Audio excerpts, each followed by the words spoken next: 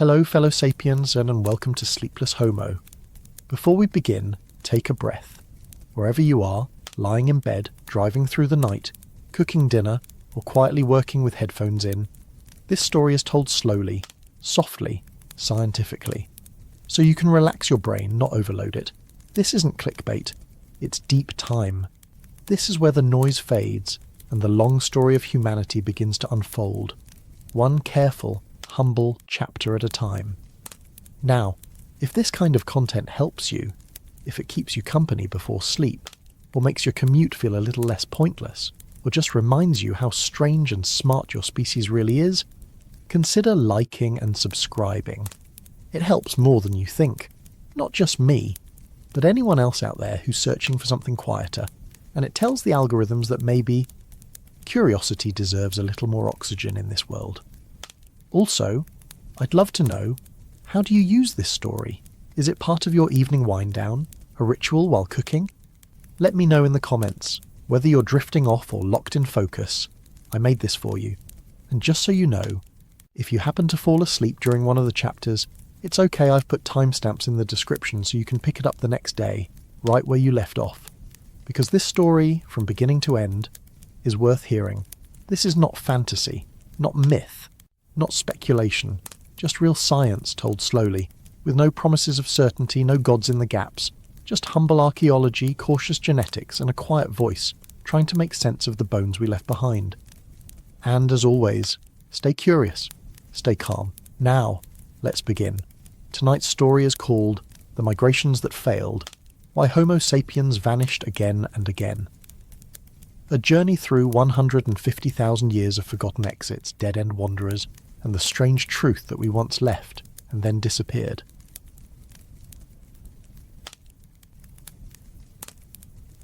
What exactly were we before we became us, before the migrations, before the beads, before the graves and ochre? What was a Homo sapien when the world didn't yet know our name? It is one of those questions that seems simple until you try to answer it. Because what we call us did not appear in a flash. There was no morning when some ancestral being rubbed their forehead and became modern. The first Homo sapiens was not born under a banner or a new sun. They were born as any child is born. And they would not have known they were something different. They would not have known that we would someday look back and call them a beginning. If there is a beginning, it does not start in one place. But the earliest signpost we have so far is in the northwest of Africa, in a place that once looked nothing like it does today. Jebel Irhoud, in what is now Morocco, is a rocky outcrop that would not draw your eye. But beneath it, within ancient breccia, were the fragments of a face, a brow, a jaw, and a story that had to be rewritten. The fossils found at Jebel Irhoud were first thought to be only around 40,000 years old. That would make them late, maybe even intrusive. But dating the flint tools buried in the same layers told a very different story. The tools had been heated, and the stone remembers fire. Using a method called thermoluminescence, scientists determined that the artifacts and the bones were closer to 315,000 years old. This would place them as the earliest known remains of Homo sapiens, at least as far as we know today. But these bones were not exactly like ours. The face was flat, yes, the jaw small, and the teeth tucked into a modern shape. But the brain case was long and low, more archaic than familiar. In modern humans, the back of the skull is rounded, globular. In Irhoud, it is stretched. The volume of the brain may have been similar, but the shape was not. This tells us something quiet and profound. Becoming human was not just a matter of thinking more, it was a matter of thinking differently. This change in brain shape did not happen overnight. It likely emerged over tens of thousands of years, perhaps even longer. What we now call the modern human brain is not only larger than that of earlier hominins, but reorganized. The parietal lobes, which handle things like spatial reasoning and sensoromotor integration, became more prominent. The cerebellum, associated with fine motor skills and perhaps even aspects of cognition, expanded. But we do not fully understand what these changes meant in the lived experience of those early Homo sapiens. We only know that they occurred, and that they became part of the shape we now wear. Far to the east, in what is now Ethiopia, two more names quietly mark the map of our emergence: Omo and Herto. In the lower Omo Valley, near the Kibish Formation, a set of skeletal remains was uncovered in the late 20th century. The layers they were found in were complex, a mixture of river deposits and volcanic ash. But thanks to the dating of a nearby tuff, a kind of rock made from compressed ash, researchers could estimate the fossils at around 195,000 years old. These too belong to Homo sapiens.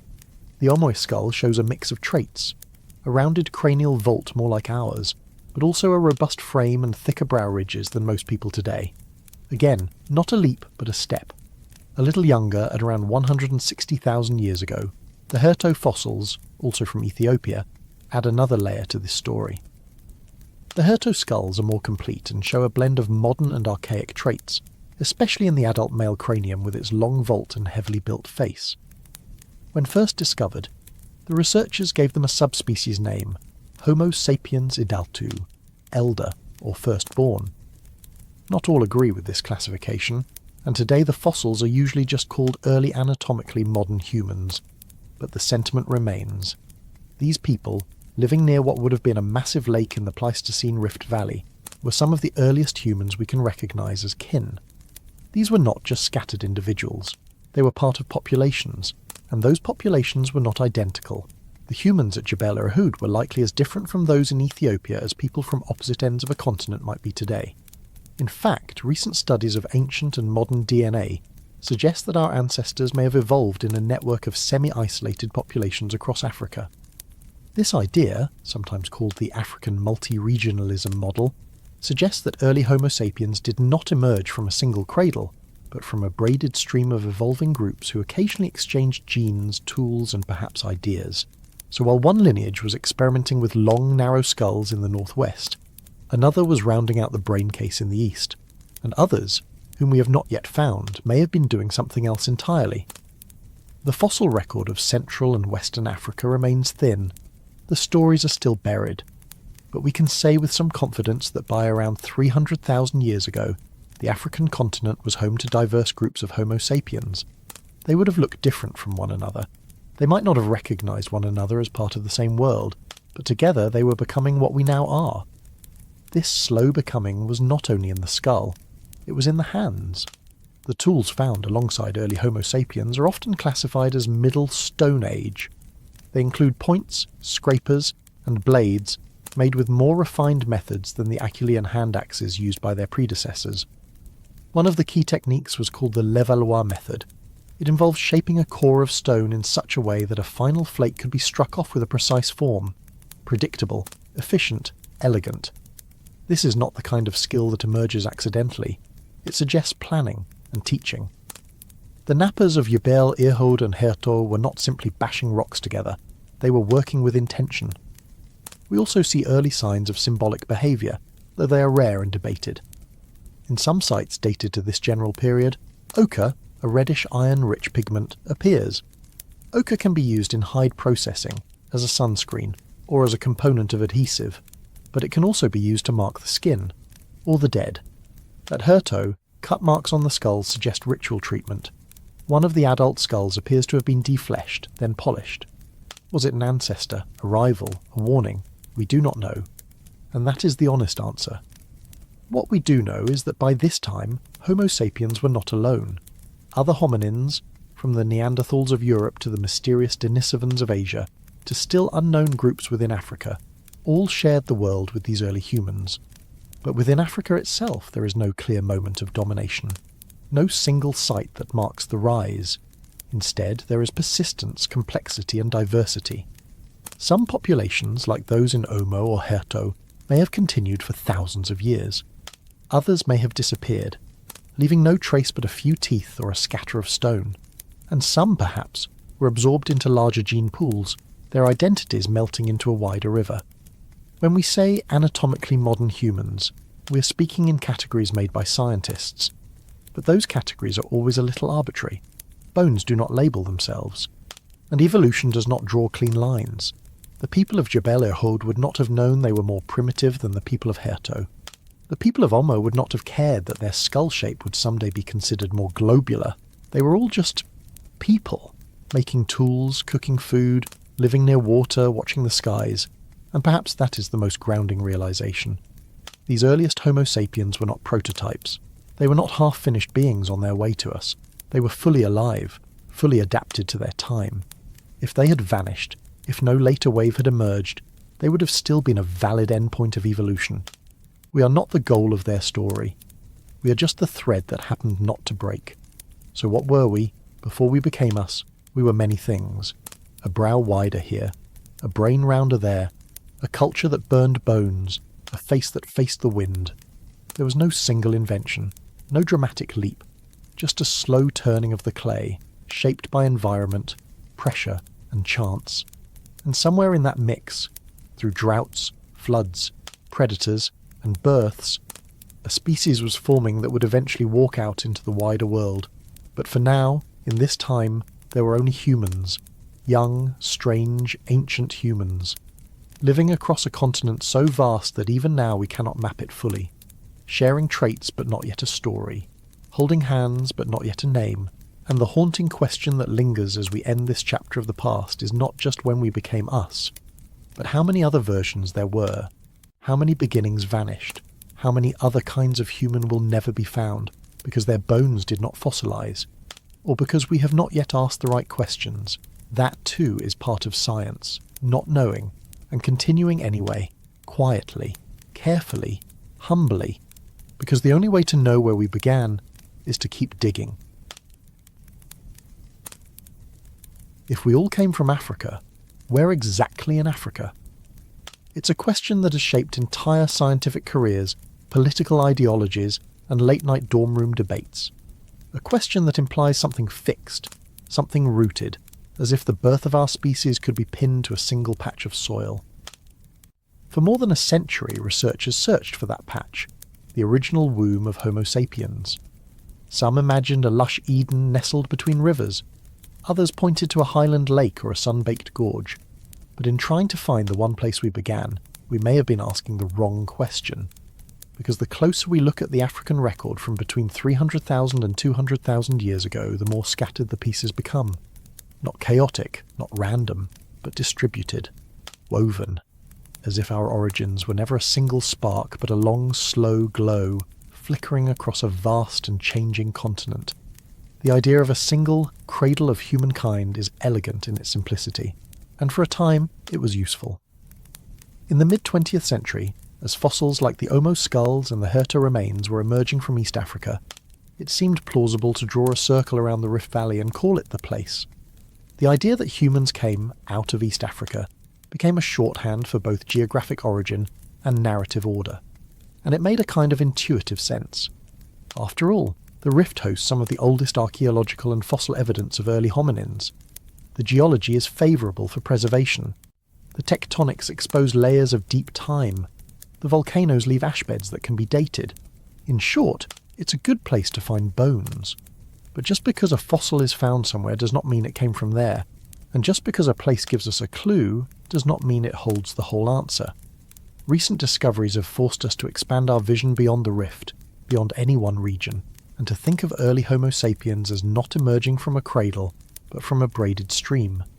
A tangled, slow-flowing network of populations spread across the African continent, each contributing a thread to the fabric we now call us. At the core of this rethinking is the simple, but unsettling observation that early Homo sapiens fossils do not all look the same. The skull from Jebel Irhoud in northwestern Africa has a modern-looking face but an elongated archaic brain case. The Omoe skull from the southwest of Ethiopia has a rounded cranium but thick brow ridges and a sturdy frame. The Herto fossils, just a bit younger, show a different blend again. And then there are partial remains from places like Florisbad in South Africa, dated to around 260,000 years ago, that seem to fall somewhere between archaic and modern, a mix of ancestral and derived traits that don't slot neatly into categories. This variation is not noise, it is the signal. These are not failed attempts at becoming modern. They are populations adapting, evolving, exchanging genes and ideas across landscapes that were anything but static. Africa in this period was not a flat stage. It was a shifting quilt of forests, grasslands, deserts, and lakes. Climate cycles oscillated every few tens of thousands of years, expanding and contracting ecological corridors. Populations would have formed, split, reconnected, and faded. Some would have lived in isolation for thousands of years. Others may have interbred with nearby groups when rivers swelled and game paths opened. Genetic data adds weight to this picture. Studies of modern African genomes show more diversity than any other population on Earth. This is not just due to population size or age. It reflects deep, structured diversity within Africa itself. Some genetic lineages coalesced more than 250,000 years ago, suggesting that ancestors of Homo sapiens were already genetically subdivided into different groups long before we can trace any global expansion. And this diversity is not random either. It reflects regional structure, meaning that people in southern Africa, eastern Africa, central Africa, and perhaps even northern zones all carried different threads of what would later become the full Homo sapiens genome. One way to visualize this is not as a family tree with a single trunk, but as a river delta. Many shallow channels, some intertwining, some flowing in parallel, all contributing to a wider basin, a braided stream. And while any one of those channels might not have led to us on its own, their convergence over time produced something new. This model is not without its problems. Fossil and archaeological records remain patchy in much of Africa. Central and western regions in particular have been underrepresented, due both to preservation challenges and to historical underinvestment in research infrastructure. But hints are starting to emerge. In Nigeria's Iwo Eleru site, a partial skull was discovered that dates to only about 13,000 years ago, yet it retains features that seem more archaic than expected for such a recent time. Some researchers have proposed that this may reflect the survival of a deeply divergent lineage of Homo, one that had limited contact with the main Homo sapiens population. Others suggest it simply shows how much variation there has always been within our species. Either way, it underscores the point. The African human story is more complex than we thought. Archaeological evidence paints a similar picture. Tool traditions, once assumed to belong to a single culture or phase, now appear across wide regions and time spans. The Middle Stone Age, the technological stage most associated with early Homo sapiens, includes tools that range from the finely prepared Levallois flakes of the north to the elongated points and scrapers of the south. These were not isolated innovations. Similar techniques emerge again and again in different places, sometimes coexisting with older methods. This suggests not a single technological revolution, but a series of local evolutions, each responding to its own needs, environments, and perhaps cultural preferences. In southern Africa, sites like Kathupan and Border Cave reveal early use of hafted tools and even compound adhesives, indicating a grasp of chemistry and planning. In Central Africa, obsidian points appear alongside grinding stones. In the east, traces of pigment processing and organised hearths show a concern for both survival and expression. These patterns imply networks, not global, but regional, through which ideas and objects could move. And while we don't yet know how far these exchanges went, or how often they occurred, they offer another thread in the braided model. Not just shared genes, but shared knowledge. Even in the realm of symbolic behaviour, which has often been held up as a marker of modernity, the evidence is diverse and scattered. In the Kaptharin Formation of Kenya, there is tentative evidence of ochre use going back more than 280,000 years. In the Clacies River caves of South Africa, charred shells and hearths show long-term occupation with possibly symbolic food choices. But these do not cluster in one region. They are not confined to a single culture. They flicker across the continent like stars emerging in dusk. Not one flare, but a constellation. To say there was no single cradle is not to say there was no origin. Homo sapiens did evolve in Africa. But in Africa must be allowed to mean something richer than one point on a map. It means across Africa. Within Africa, through Africa. In the folds and basins and riverbanks where people lived and died and remembered. The species we now call modern human is perhaps the result of a long continental conversation, one carried not in words, but in genes, stones, and fire. There is a deep humility in this view. It reminds us that the categories we build, species, cultures, modern, archaic, are tools, not truths. Useful, but temporary. The bones in Jebel Irhoud are not less human because their skulls were longer. The people of Omo are not more human because their heads were rounder. These are our projections, are boxes. Nature did not label them, and the fossils, for all their silence, do not obey our definitions. We may never find the first Homo sapiens. The idea of a first is seductive but misleading. It imagines a line drawn in time, a border crossed in a moment. But evolution does not work like that. It is a gradient, a slow accumulation. At some point, traits we now call modern reached a threshold. But that threshold was not marked, it was lived. So if we must imagine a cradle, let it not be a basin but a continent. Let it not be a point but a web. Let it be a place where the wind carried stories we'll never hear, and where fire cracked in hearths that no one remembers. A place where different kinds of humans looked at each other, perhaps puzzled, perhaps familiar, and chose to stay or to leave. And the haunting question is not where we came from. It is how many Africas we carry in us still. How many versions of being human never left their mark. How many languages died unspoken. How many tools were lost in sand. How much of us is built from ancestors we'll never know. Because what we call modern humanity was not born in one place. It was composed, and like any composition, its beauty lies not in simplicity, but in harmony, in the overlapping notes, in the subtle variations, in the quiet understanding that we were never just one thing. We were always many, and still are. What was a modern human doing in Greece over 200,000 years ago? It is not a rhetorical question. It is a literal one. And the reason it matters is because until very recently, we did not believe that was even possible. For decades, the model was clean, or at least it pretended to be. Homo sapiens evolved in Africa. They stayed in Africa. Then, around 60,000 years ago, they left, moved into the Near East, into Europe, into Asia, and they stayed.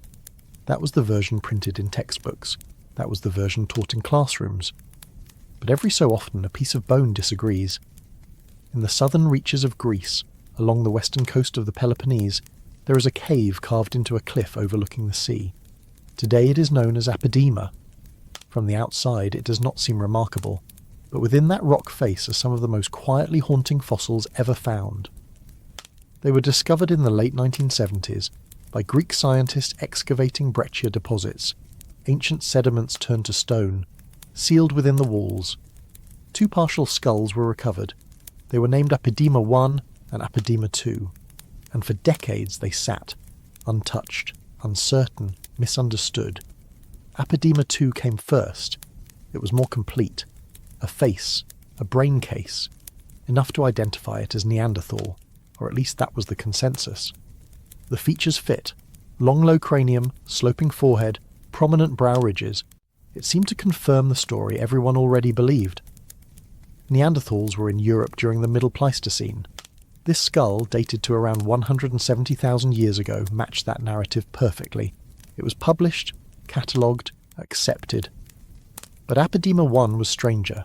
It was less complete, just the back half of a skull, a fragmentary occipital region with no face, no jaw, and it was distorted, crushed slightly by pressure, encased in rock with no clear stratigraphic context. For years, no one was sure what to do with it.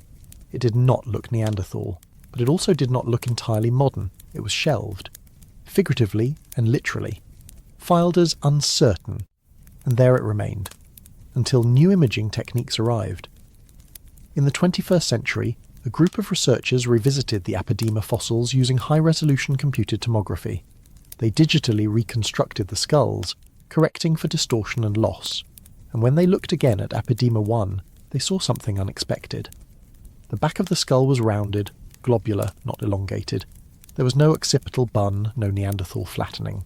The curvature matched modern humans more closely than any other species. It was not just a vague resemblance. When the researchers ran morphometric analyses, essentially shape comparisons across known fossil samples, Apodema 1 consistently grouped with Homo sapiens. Not Neanderthal, not Heidelbergensis, sapiens. And when they applied uranium series dating to the calcite that coated the fossil, they got a date of at least 210,000 years, possibly older. If correct, that would make Apodema 1 the earliest known Homo sapiens fossil outside Africa. Older than Homo, older than Herto, and planted not in the Levant or Arabia, but deep in southern Europe, a place long thought to be Neanderthal homeland during this period. This claim sparked immediate debate. and rightly so. Extraordinary claims demand extraordinary scrutiny. Some paleoanthropologists questioned whether the fragment was diagnostic enough. Others pointed to the challenges of dating material without clear stratigraphy. But the features were there: the shape of the occipital bone, the absence of Neanderthal traits, the digital reconstructions held up. And even if the fossil could not be placed with perfect precision, it refused to fit the old story.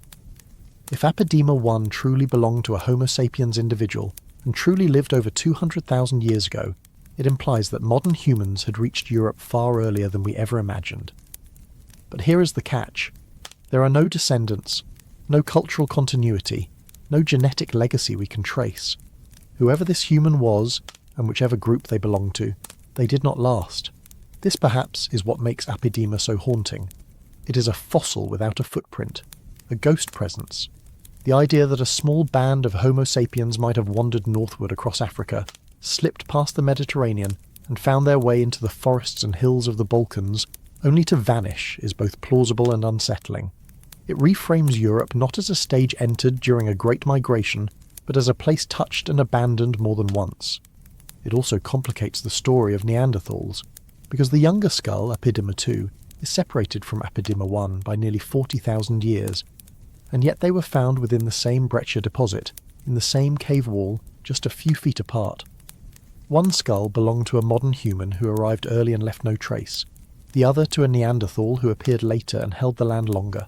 The cave was used twice, by different kinds of humans, neither aware of the other, neither likely knowing they had shared the same stone centuries apart.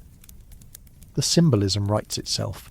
A cave with two skulls, one modern, one Neanderthal, one older, one younger. But their sequence defies expectation. The Homo sapiens came first, then the Neanderthal. The direction of replacement is reversed, and this is not a speculative reversal. It is measured, dated, preserved in the stone. What this suggests, carefully, cautiously, is that Homo sapiens may have made multiple attempts to expand into Europe long before the final successful migration. These were not invasions. They were not conquests. They were likely small-scale dispersals, climate-driven, resource-driven, or simply the result of curiosity. A band follows a river, crosses a valley, finds shelter in a cave, and for a while they live. But eventually they leave, or die, or are absorbed. The genetic evidence tells us that almost all living humans outside Africa today descend from a population that left between 70,000 and 50,000 years ago. There is no sign that Apodema 1 contributed to that story. No ancient DNA, no cultural artifacts, no enduring lineage, just a skull, a round, forgotten skull. Why didn't they stay? That too is unknowable. Climate may have played a role. Europe during this period was volatile, glacial cycles, ecological upheaval, fluctuating prey. Neanderthals were better adapted to cold environments. They had lived in the region for hundreds of thousands of years. They knew its rhythms. A small population of sapiens, entering unfamiliar territory with unfamiliar challenges, may have simply failed to compete. But failure is a human word. From an evolutionary standpoint, it is more accurate to say they did not persist. And that too is normal. Most populations do not. Survival is the exception. Extinction is the rule. There is also the possibility, remote but not impossible, that there were more such populations, that Apodema 1 was not alone, that other modern humans made similar forays into Europe or adjacent regions, but their remains have not been found, or were found but not recognized, or recognized but dismissed. The fossil record is a lottery. It preserves what it wants, and sometimes what it preserves is enough to upend a narrative. Apodema does not just challenge timelines, it challenges expectations. It forces us to ask what we mean by modern. If a skull from 210,000 years ago shares our anatomy but not our history, what does that make them? A prototype? An ancestor? Or just another branch that happened to sprout in our direction and then break? There is a tendency, especially in popular science, to see every early Homo sapiens as part of a teleological march toward us. But there were many versions of us. Some stayed in Africa, some went north, some crossed rivers and deserts, some left traces, others did not. And the ones who left Europe after Apodema may have done so quietly, or simply disappeared. If Apodema 1 is truly Homo sapiens, then the history of our species is not just older, but broader than we thought. It is not the story of a single migration, but of repeated reachings out, some successful, some forgotten, some preserved only in the shape of bone. And so the haunting question remains: how many more Apodemas are still buried in walls? How many humans walked into places we did not expect, at times we never imagined, only to vanish again into time? They were not myths, they were not metaphors, they were people, real people, carved by the same pressures, shaped by the same fears, touched by the same fires. Their stories ended, but the rock remembered, and for that we are grateful. Because every once in a while a ghost steps out of the stone, and we listen. Did we live in the same caves before we knew who we were? It's not a metaphor. It is a question anchored in stone, in hearths, in chipped flint and burned bone. Because before Homo sapiens became the planet's most stubborn resident, before symbolic culture stretched from cave walls to satellites, there were small, quiet pulses of movement. Some succeeded, most did not. But in the northeastern corner of the Mediterranean, nestled in the limestone slopes of Mount Carmel, a collapsed cave remembers one of them. Mislia Cave does not look like much from a distance. To modern eyes it appears as an overhang, a breach in the rock wall just south of present-day Haifa. But beneath the fallen ceiling, within the compacted sediments and ancient flowstones, are traces of something older than almost anyone expected. A jawbone, tools, charcoal, burnt stone, and perhaps most compelling of all, order. Not the chaos of natural fire or the randomness of wind-blown ash, but the deliberate remains of lives lived in place. One of the most intriguing questions is how this population got there. We cannot draw a dotted line on a map from their origin to Mount Carmel. But given the time range, it is possible that they were part of a broader northward expansion from northeastern Africa. The corridor through the Sinai Peninsula was open during certain climate windows.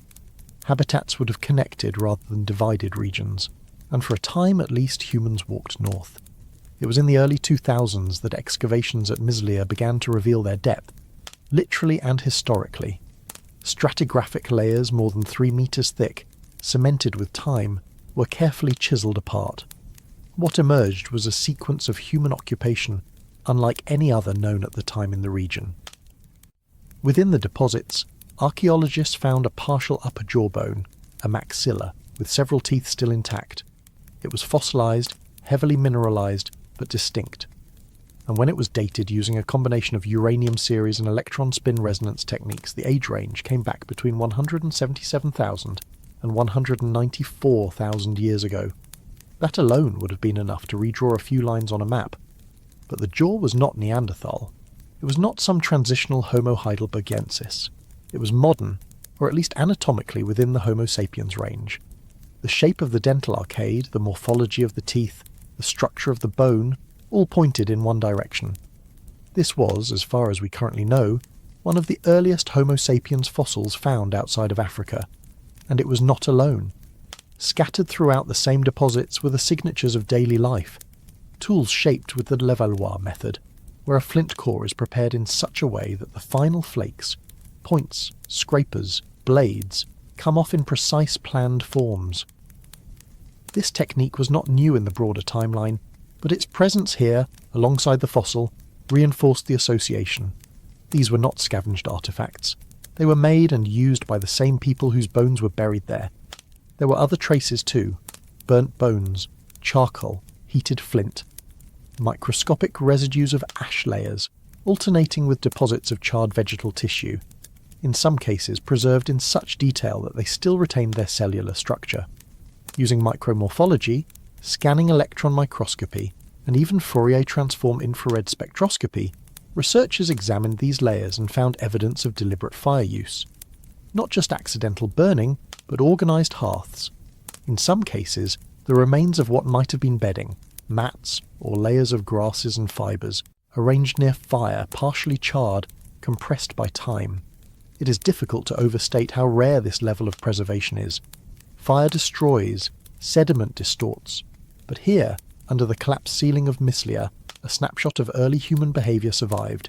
Not just the biological trace of a jaw, but the behavioural trace of domestic space. And yet, this was not a permanent settlement. The cave was occupied, abandoned, reoccupied. Stratigraphy shows breaks, gaps between layers of use. Sometimes thousands of years passed between one lens of ash and the next. The climate was fluctuating. The region would have oscillated between grasslands, woodlands, and dry scrub. These early Homo sapiens groups likely moved seasonally, following game or responding to ecological shifts. The cave was a waypoint, a shelter, perhaps a place remembered and returned to, perhaps not, but not for long. There is no sign that the Mislia population left descendants in the region, no unbroken cultural sequence, no genetic evidence carried forward. They appear and then they are gone, like apodema, like other hints we have yet to find. Their presence is real, but their legacy is silence. And yet, what they left behind matters, because for decades the story of Homo sapiens was told as if it had clean edges, a neat emergence in Africa, a delayed expansion into Eurasia, a sudden replacement of other hominins. But sites like Mislia complicate that timeline. They show that Homo sapiens tried earlier, reached farther, settled, however briefly, in places we did not expect. The expansion was not a single wave, it was pulses, some successful, some forgotten. Mislia is also a reminder that humans, real humans, lived long before the cultural explosion we often associate with modernity. These people had no cave art, no bone flutes, no carved figurines, but they shaped tools, used fire, possibly built bedding. Their lives were not marked by grand symbols, but by subtle precision. Flint shaped in predictable ways, fires built and rebuilt in the same spot, bones cooked, discarded, stepped on, buried, and they were not alone. While we will not mention the other sites here, we know from later and earlier layers elsewhere that the Levant was a crossroads, not just between regions but between species. But even without naming them, it is enough to say that Mislia may have stood at the edge of a frontier, not just geographic, but evolutionary. Perhaps the most fascinating layer of this site is what it doesn't tell us. The Mislia jaw is silent on language, on memory, on identity. Did its owner know they were different from others? Did they think of their group as a people, or just as a family? Did they return to this cave because of familiarity, or by accident? And when they left, if they left, what did they carry with them? We do not know, and we must say that plainly. Science is built not only on discovery but on restraint, on knowing when to say, not yet. Mislia offers us a precious glimpse into early Homo sapiens life outside of Africa, but it does not offer us conclusions. It opens doors, but does not walk through them. Still, the firelight remains, traces of warmth, of comfort, of memory we can no longer access. A jawbone smiles faintly through time. The sediments whisper of people who slept on grasses, who cooked, who chipped stone by hand, who sat together by flame. They were not mythical, they were not primitive, they were people, like us, but not quite. And so we ask again, did we live in the same caves before we knew who we were? It seems we did, and then we forgot. But the cave remembered. Could our deepest roots be buried far from the coasts? For a long time, the search for human origins clung tightly to the edges of things. Riverbanks, rifts, coastlines, places where fossils were easiest to find, where sediment could trap bones and erosion could later reveal them. These were the visible windows into deep time, and they gave us the first glimpses of Homo sapiens. Skulls shaped in eastern valleys, tools chipped near ancient lakes, traces of pigment in caves close to the sea. But Africa is not a story of edges alone. Much of its past unfolded in the dry heart of the continent, far from the dramatic geography of escarpments and shorelines. And in the southern interior, in a region we now call the Kalahari, lies a landscape that may have quietly shaped some of our most ancient traits, not through grand migrations, but through isolation, persistence, and memory. The Kalahari Basin stretches across much of modern-day Botswana, spilling into Namibia and parts of South Africa. Today, it appears as a vast semi-arid region, marked by open savannas, sandy soils, and seasonal pans that swell with water only after heavy rains. But this dry simplicity is deceptive. Beneath the dust lies a mosaic of ancient riverbeds, fossil lakes, and deep groundwater systems. traces of a hydrological past far wetter than the present suggests. And it's in this inland world, not tied to the drama of oceans or mountain ranges, that some of the earliest stories of our species may have taken shape. In recent years, paleo-environmental studies have begun to reshape how we understand the Kalahari's role in early human evolution. Geological cores from ancient lake beds like Magadik Gadi and Ngami reveal that between 200,000 and 130,000 years ago, much of the region supported large freshwater bodies. These lakes would have been fed by seasonal rains and possibly even by ancient river systems now lost beneath dunes. During these wetter phases, the Kalahari was not a desert. It was a mosaic of grasslands, marshes, woodlands and standing water. A place capable of sustaining not only game animals and plant life, but small groups of humans. This is not just theoretical.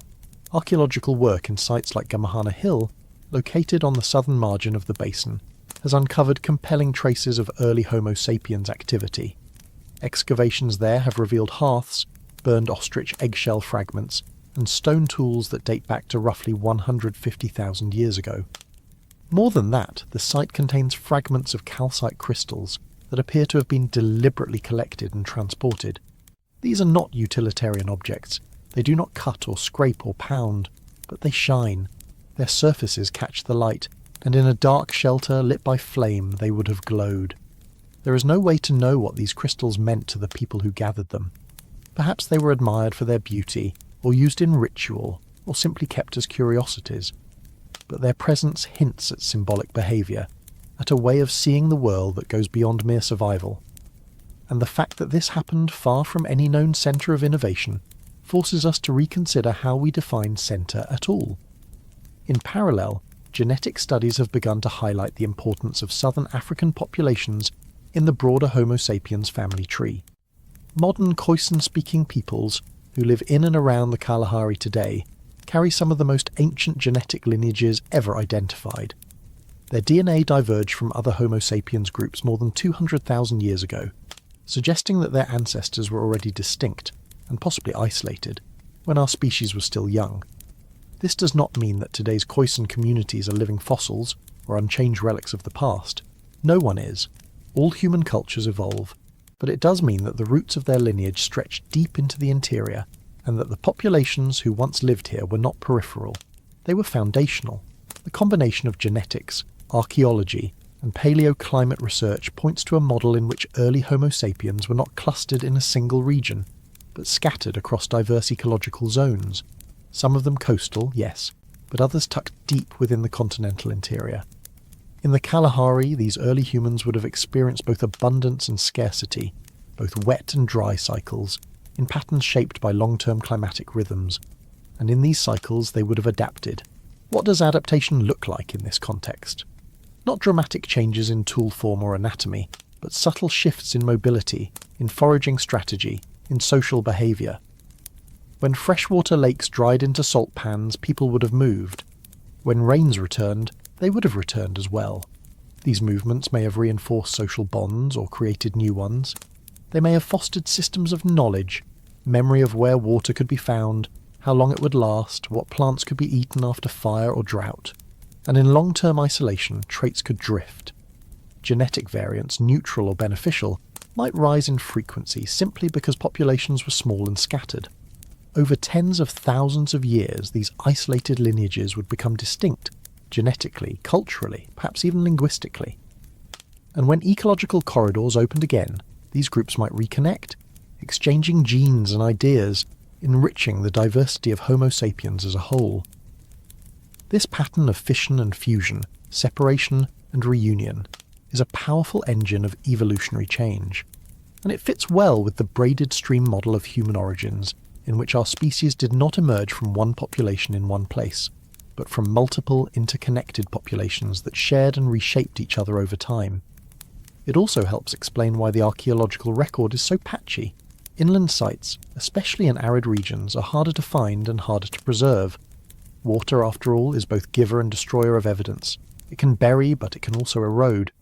And many of the most promising locations lie beneath thick layers of sand or deep sediment, where excavation is slow and difficult. Yet even with limited data, a consistent picture is forming. Inland southern Africa, and especially the Kalahari Basin, was not a void between coastal hubs. It was a dynamic region in its own right, one with its own rhythms, innovations and histories. One where early Homo sapiens lived not as wanderers passing through, but as residents who knew the land and returned to it across generations. This matters for how we understand ourselves, because the narrative of human origins has often been drawn around the edges, the dramatic sites, the coastal migrations, the places where symbolic artifacts catch the spotlight. But if we look only at the margins, we miss the middle. We miss the people who adapted in place, who made fire under stars, who stored knowledge in stories we will never hear. There are haunting implications here. If some of the earliest Homo sapiens lived in the Kalahari, and their descendants stayed there for tens of thousands of years, what did they know that we have lost? What ways of seeing, moving, organising life were born in those inland shelters and vanished before they could be etched into stone? We may never know, but the landscape whispers, in the burnt shells of eggs, in the crystals placed beside hearths. In the old lake beds, now dry and cracked but still holding the memory of water. And so we ask again, could our deepest roots be buried far from the coasts? The evidence, as humbly as we can say it, leans toward yes. And if so, then the centre of our story is not where the waves crash or the cliffs fall. It is where silence holds, where the stars still look the same, where humans lived long before we wrote ourselves down, and where, if we listen carefully, the past still breathes. How do you walk into a desert and find hippos? It is not a riddle, it is a paleoclimate problem, a geographic illusion, and a quiet correction to our assumptions about where humans could go, and when. Because what we now call the Arabian Peninsula, with its immense deserts and bleached escarpments, was not always an expanse of heat and absence. There were times, deep in the past, when that entire landscape pulsed with water. And in those moments, early Homo sapiens walked paths now covered in sand, left behind bones now preserved in lake beds, and paused beside fresh water that no longer exists. To understand these forgotten crossings, we have to unlearn the map in our heads and look instead at a region that flickered between extremes, a land that held the memory of both desert and savanna, and at the right time offered a corridor out of Africa not as a challenge, but as an invitation. Begin in the middle of what is now Saudi Arabia, not near the coasts, not in the Fertile Crescent, but deeper in a place called Al-Wusta, where archaeologists found something so improbable that it seemed at first like a mistake. A single human bone, a middle finger phalanx just over 3 centimetres long. It was found in sediments that also held hippopotamus teeth, freshwater snails, and more than 800 bones of large mammals, all clustered around what used to be a lake. This was not a trickle, not an oasis, but a wide body of water fed by monsoons that swept up from the Indian Ocean in long, rhythmic pulses. And that finger bone, which belonged unmistakably to a Homo sapiens, was dated to around 185,000 years ago. It was fossilised, yes, but human beyond doubt. The bone's significance cannot be overstated. Until recently, the Arabian Peninsula was largely left out of discussions about early Homo sapiens movement. It was assumed to be a barrier, too dry, too harsh, too vast. But the sediments at Al-Wusta tell another story. They show a time when the Rub al-Khali, now the largest continuous sand desert on Earth, held grasslands, lakes and animals typically associated with wet savannas, hippos, elephants, giant bovids. They would not have migrated into a dead zone. They were following water, and so were humans. To understand how Arabia turned green, we have to look at the Earth's orbit, specifically the way it wobbles over cycles of about 100,000 years. These orbital shifts, called Milankovitch cycles, change the amount and intensity of sunlight reaching different parts of the planet. And when the summer sun shines stronger in the northern hemisphere, the African monsoon intensifies. Rainfalls move farther north, bringing water to places that today seem unimaginable. During these climate windows, Arabia became a patchwork of lakes, rivers and grasslands, and Homo sapiens, already emerging across eastern Africa, and perhaps even southern regions, followed the green. Al-Wusta is not the only clue. Farther to the east, at a site called Jebel Faya in the United Arab Emirates, archaeologists found stone tools that pushed the timeline of human presence in Arabia even further back. One of the assemblages, known as Faya, includes flaked points and scrapers that some researchers argue resemble Middle Stone Age African technologies. The layers in which these tools were found are difficult to date precisely, but they likely fall within the range of 125,000 to 170,000 years ago. If so, they may represent another early wave of Homo sapiens moving into the region during a favourable climate phase. But again, it is not just about dates, it is about pattern. The archaeological signatures across these sites show more than a fluke migration. They suggest repeated entries into the peninsula, made possible not by technological breakthroughs, but by environmental ones. The land itself opened, the water returned, and when it did, people followed. Further south, in the Dofa Mountains of Oman, yet another layer of this story has emerged. In caves and open-air sites nestled along ancient river channels, researchers have found Middle Paleolithic tools, again suggesting that humans moved not just along the coasts, but inland, across plateaus and into river valleys now dry. These tools, shaped from local stone, show that early Homo sapiens were not just passing through. They were adapting, living, staying, if only for a while. What is remarkable is how silent these movements were. No monumental art, no grand burials, just tools, hearths, footprints etched in lakebed sediments. But these quiet signatures speak volumes. They tell us that humans were not waiting for some cultural spark to leave Africa. They were moving when they could, where they could, responding not to ambition, but to opportunity. When the rains came, they stepped forward. When the grass grew, they followed the animals. And when the lakes dried, they likely retreated, or perished, or were folded into the silence of unpreserved time.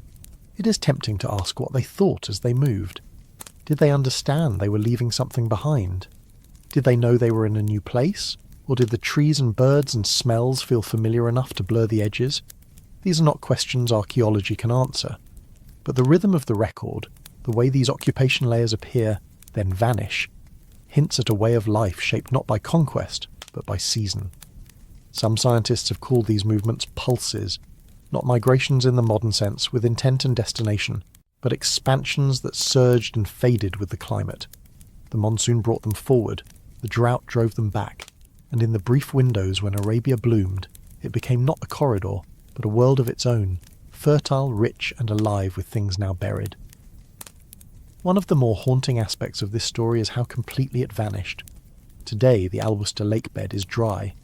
The bones were preserved because the sediments compacted and hardened. The tools were buried under windblown dust, and for tens of thousands of years, no one suspected that a lush, hippo-filled Arabia had ever existed. It was only through a convergence of technologies, satellite imaging, paleoecology, isotopic dating, that the map began to shift. And so the image sharpens. Not a great march out of Africa in a single wave, but a series of exploratory ripples each tied to rain, to water, to cycles written into the tilt of the earth itself.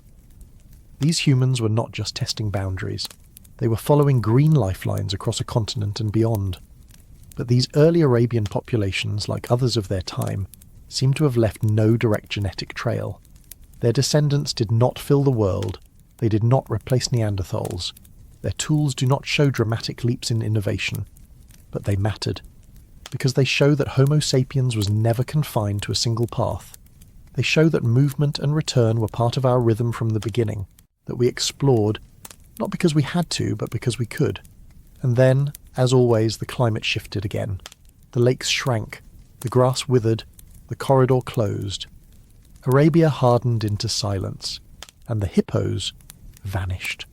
We are left with bones and tools, with sediments and dates, with a phalanx 3 centimetres long, buried for almost 200,000 years, and with the echo of footsteps in places where no human should have been, if we only looked at today's map. So we ask once more, how do you walk into a desert and find hippos? The answer, for a time, was simple. You did not walk into a desert. You walked into a green world that no longer exists, a world that remembered water, a world that opened just long enough to be walked, lived, and forgotten. Until now. Why bury your dead if you won't be remembered? The act seems simple at first glance. A body laid in a pit, a scatter of stones, perhaps a red stain in the soil. But nothing in early human life was simple, and nothing in early human death was either. Because sometime between 120,000 and 90,000 years ago, in a region that today stretches across northern Israel, someone made a choice. They took the body of a young adolescent, tucked it into the soft floor of a cave and placed deer antlers across the hands and chest. Then they covered it all with sediment and left it there. Not for practical reasons, not to hide it from predators, but because it meant something. And whatever that meaning was, it left an echo. One we can still feel today in the limestone hollows of Skul and Kafse. These two caves, perched in the hills of Mount Carmel and the Lower Galilee, were never palaces. They were dark, damp, and riddled with animal bones. But they were homes, and more than that, they were among the first places where the lines between life and death were drawn with care. The remains found here, a mix of adults and children, show signs of deliberate burial. Skeletons curled in fetal positions, graves dug and refilled, ochre powder scattered across bones, and small objects placed where no purely survival-based logic can fully explain them. Begin with Kafsa Cave. Inside, archaeologists uncovered the skeletal remains of at least 15 individuals, ranging in age from infants to fully grown adults. One of the most striking was Kafse 11, a young person, probably an adolescent, who had been laid to rest with those antlers. The positioning was not random.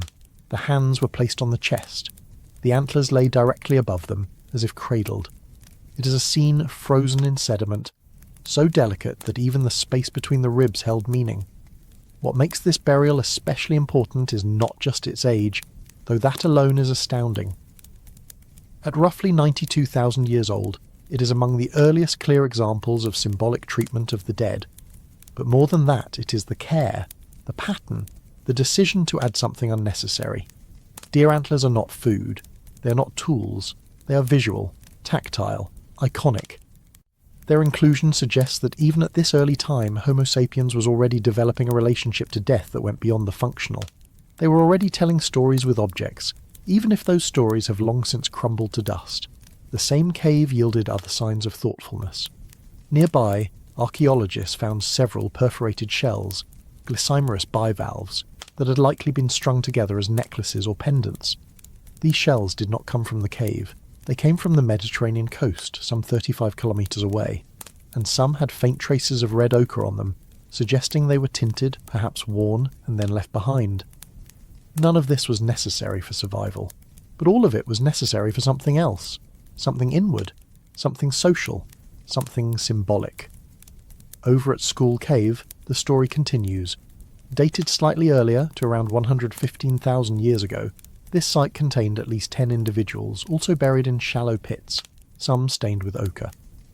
One adult was found with a mandible, possibly a symbolic object, placed near the head. Others were found in what appear to be family clusters. Again, there was no sign of a struggle. These were not bodies discarded. They were people remembered, if only briefly. And here the mystery deepens, because the tools found at Skul and Kafse were not radically different from those made by their close cousins. The stone flakes, side scrapers and points are all Middle Paleolithic, functional, flint-based, and efficient. They resemble the Mousterian industry typically associated with Neanderthals, which suggests something unexpected, that these early Homo sapiens, so capable of symbolic behaviour, were using technologies similar to those of other human species, and perhaps more importantly that the capacity for symbolic thought cannot be read from a toolkit alone. The presence of ochre is especially striking. This red mineral pigment, used across prehistoric sites for everything from body paint to cave art, shows up here as early as 100,000 years ago.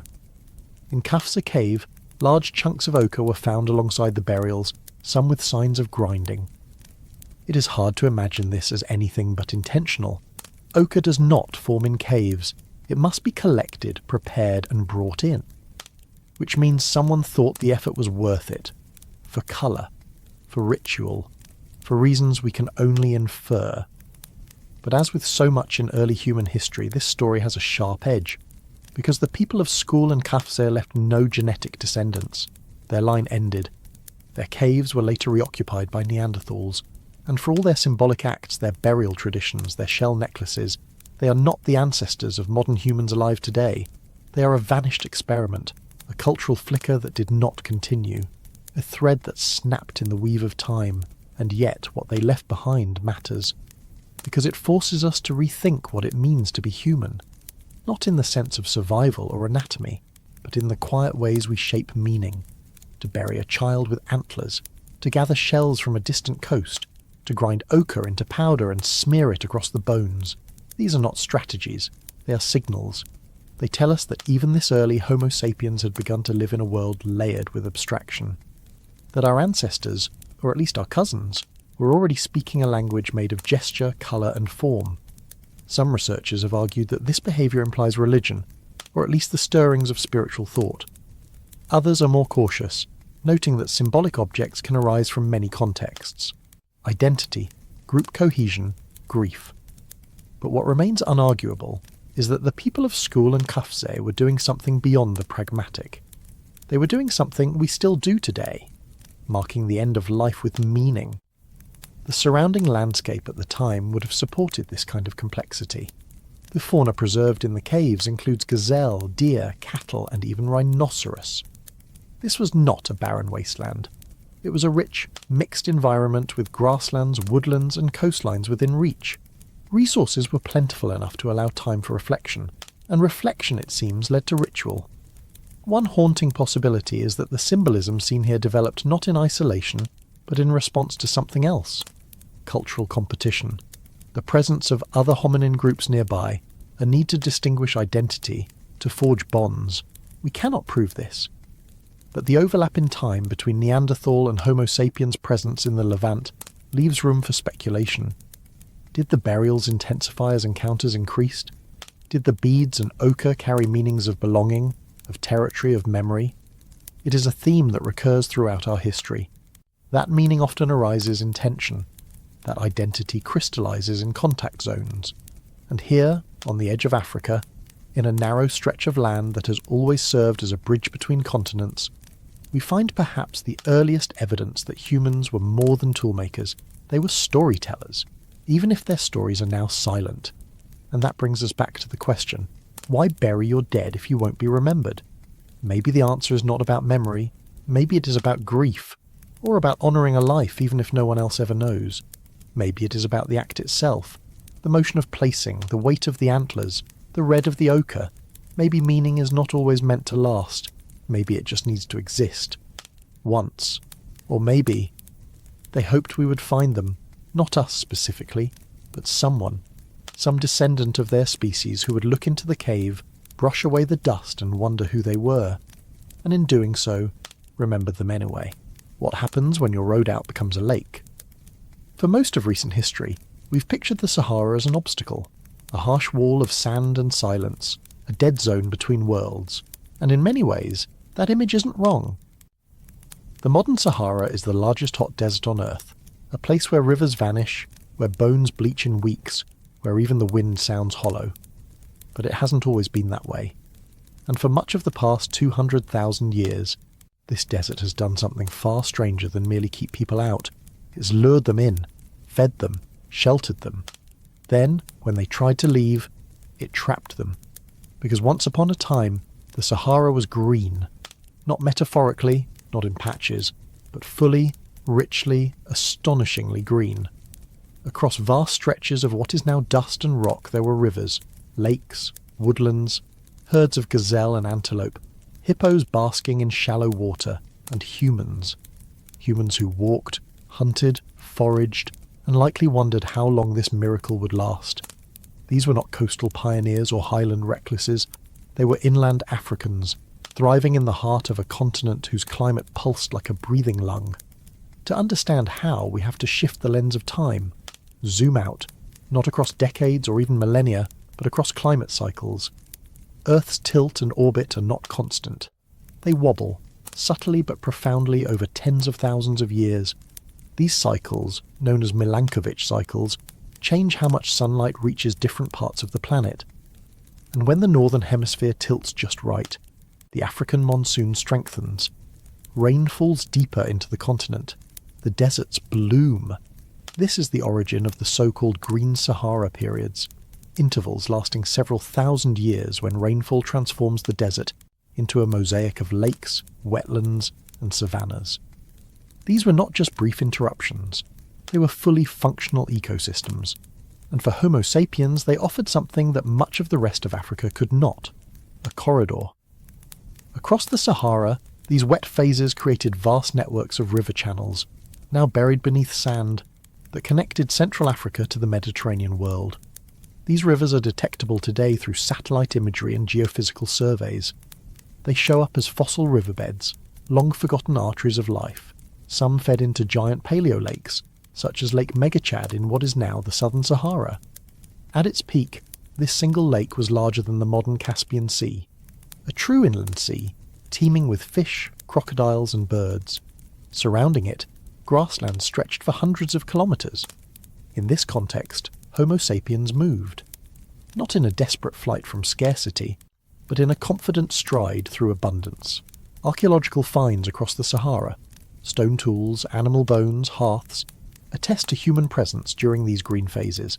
Sites like the Akarkas Mountains in Libya, the Gilf Kabir Plateau, and the Aya Massif preserve signs of early occupation, from hunting camps to seasonal shelters.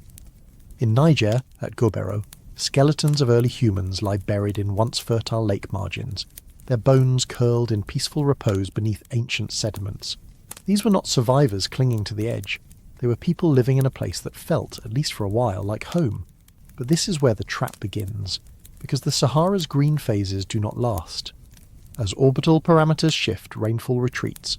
The monsoons weaken, lakes shrink and then vanish. Forests burn, grasslands turn to scrub and scrub to sand. The people living in these once lush corridors are not immediately expelled, but they are slowly stranded.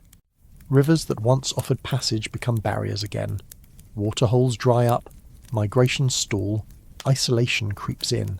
This oscillation, from habitable corridor to impassable desert, plays out across multiple waves of human history, and it complicates any narrative of a linear out-of-Africa movement. Because for tens of thousands of years, the Sahara wasn't just a border to cross. It was a place to live, a place to expand into, and then a place to become stuck. Some researchers refer to this as the Saharan pump hypothesis. The idea is that during wet periods, human populations expand northward through the Sahara, reaching into areas that connect with the Mediterranean and beyond. But when the climate dries, those populations contract, either retreating south or becoming fragmented and stranded. This cyclical pattern may help explain the patchy and seemingly failed nature of early human dispersals beyond Africa. Every time the door opened, it promised a new chapter, and every time it closed, it ended that chapter before it could be written in full. Genetic studies support the idea of repeated isolation. Modern African populations bear the signatures of deep ancestral splits and recombinations. Some of this may reflect groups separated by deserts and reunited during green windows. The long gaps in genetic exchange could be measured not just in generations, but in the entire climate phases, stretches of 10 to 20,000 years. In this way, the Sahara becomes not just a physical filter, but a genetic one. A landscape that shapes the very structure of our species by allowing only certain combinations of people to meet, and only during certain times. But the archaeological record still leaves gaps. We know of tool types, Middle Stone Age industries, spread across northern and central Africa during green phases, but we lack clear fossil evidence to tie these tools to specific human lineages. Were these tool makers the same Homo sapiens who left bones at Jebel Irhoud and Omo Kibish? Or were they part of yet unidentified populations, cousins or even siblings in our evolutionary tree? The tools do not speak. They simply lie in the sand, waiting for context we may never fully recover. One striking find comes from Wadi Tanazoufd in southern Algeria. Here, stone artifacts and cut-marked animal bones suggest organised hunting and butchery activity around what was once a lake. Faunal remains include large ungulates, evidence of a productive grassland environment. But today, that site is in one of the driest regions of the Sahara. The transformation is total, and it reminds us how misleading modern landscapes can be when imagining the past. A place that feels utterly alien now may once have been familiar, even comfortable. This is perhaps the greatest challenge in reconstructing early human movement. The Sahara does not preserve its gifts well. When the rain retreats, it takes the sediment with it. Organic remains decay. Lake beds become dust basins. Without careful stratigraphy and precise dating, most evidence vanishes, which is why each discovery feels like an accident, a rare glimpse through a rapidly closing window. But those windows, when they do appear, shift the story. They remind us that Homo sapiens was not a species waiting in stasis until the stars aligned. We were mobile, curious, ecologically flexible. We followed rains, we fished lakes, we walked through grasslands that no longer exist, and in doing so, we reached the edges of the continent long before the textbook migration ever began. The haunting part is how often those expansions led nowhere. Time and again, groups that ventured northward into the Sahara vanished from the record. Not in a single catastrophe, but in a slow fade. No genetic legacy, no cultural continuity, just the stone tools, the burial sites, the dry footprints of a life once lived. And then silence. We often ask where the first humans came from, but maybe an equally important question is, what kept them in? What landscapes opened their arms, only to fold them again? The Sahara, in this light, is not just a setting. It is a character, a shapeshifter, a gatekeeper, sometimes a cradle, sometimes a grave. And that leaves us with the image of a traveller, some 120,000 years ago, standing at the edge of a great lake where now there is only sand. They would have seen reeds, birds, fish flickering near the shore. The sun reflected not off stone but off water, and maybe, in the back of their mind, they wondered how long it would last. Maybe they remembered stories from grandparents about dry years. Maybe they packed light, thinking they would move again soon. They could not have known that the lake would disappear, that the river would stop, that the corridor they followed would close behind them like a trap. And yet, they walked anyway, because that is what we have always done, not blindly, but hopefully, 1 foot forward into a world we cannot predict. And so we ask again, what happens when your road out becomes a lake? Maybe you stop, maybe you settle, maybe you thrive for a while, or maybe you vanish, and wait to be rediscovered one day by another walker, another dreamer following the same path, only backwards. Did we reach the edge of the world and just vanish? Somewhere in the thick green mountains of southern China, inside a humid cave that breathes mist with the seasons, a set of small human teeth lay untouched for over 100,000 years. They were never meant to be found, not buried in a ritual, not kept in a pouch, not decorated or preserved in any special way, just scattered gently in the limestone dust of Fuyun Cave. And yet their discovery rewrote one of the quietest chapters in human history, because the teeth did not belong to Neanderthals or Denisovans or archaic ghosts. They were ours, the unmistakable shape of Homo sapiens, modern humans, tens of thousands of years before we were supposed to be there. It is one thing to find a fossil in the expected place, at the expected time. It is another to find it hundreds of kilometres deeper into the continent, dated tens of millennia earlier than models had allowed. The Fuyun Cave teeth were first excavated in the early 2010s from a layer of sediment buried under stalagmite growth. There were 47 of them in total, human but scattered across the cave floor among animal remains and mineral debris. Their context was messy, but the dating was clear. The flowstone that sealed them was at least 80,000 years old, which meant the teeth beneath had to be older. Most researchers now place them somewhere between 120,000 and 100,000 years before the present. At the time of publication, this made them the oldest anatomically modern human fossils in East Asia. But as with all good scientific surprises, controversy followed immediately, because the teeth, though unmistakably modern, were found without a skull, without tools, without any of the cultural signatures we like to associate with our species. Could they have been intrusive? Was the dating wrong? Were these perhaps another hominin mimicking our dental traits? Skeptics pointed out that without clearer stratigraphy or additional bones, caution was warranted. But over time, the evidence accumulated. Morphometric analysis confirmed the teeth matched modern human populations. Their enamel thickness, root structure, and crown shapes were more gracile than those of Neanderthals or Denisovans, and crucially, no traits characteristic of archaic humans in Asia, such as robust molars or shovel-shaped incisors, were present. Whoever left these teeth behind was one of us. And this was not an isolated incident. In Jirandong, another cave further south, a partial mandible with 2 teeth was discovered and dated to around 100,000 years ago.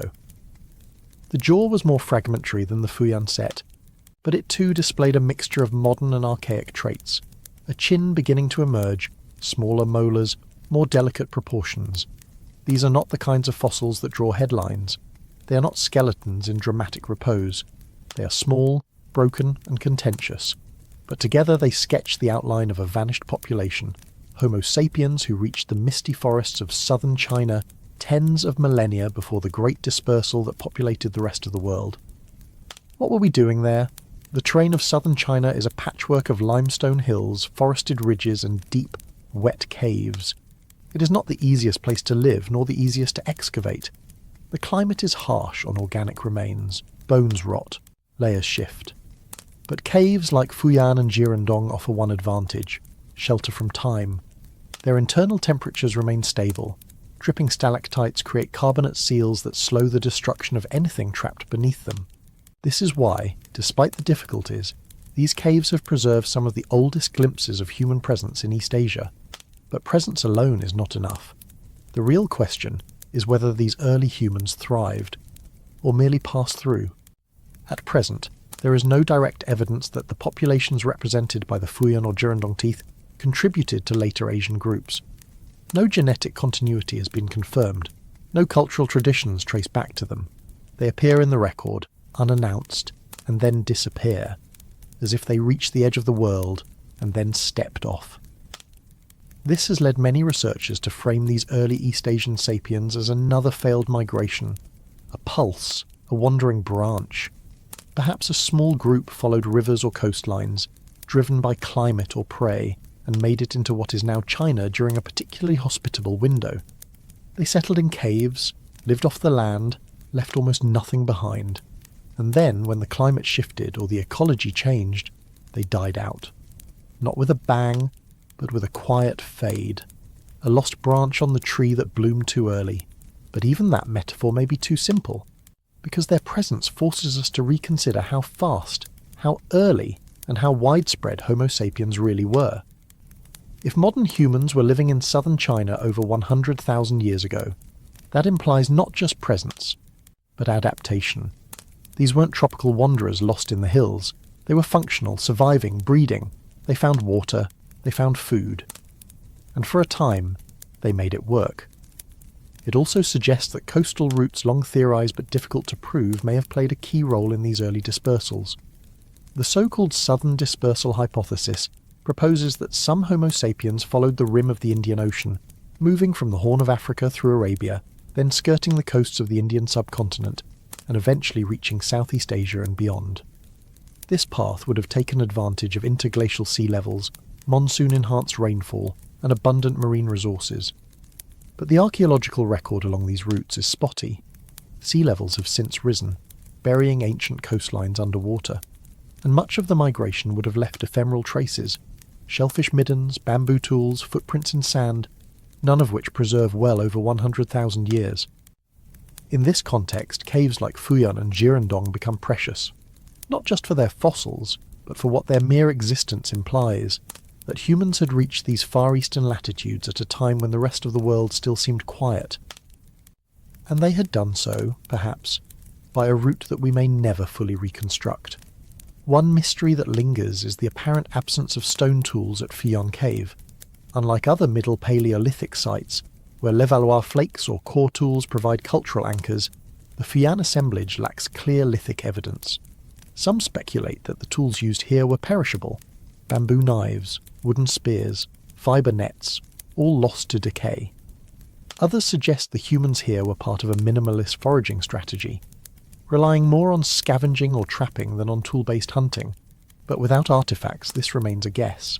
It also raises the possibility that our search images are biased. We often look for ourselves in fire, in blade, in burial. But what if some Homo sapiens lived without those markers? What if some of our ancestors were simply quiet? Still, the silence is not total.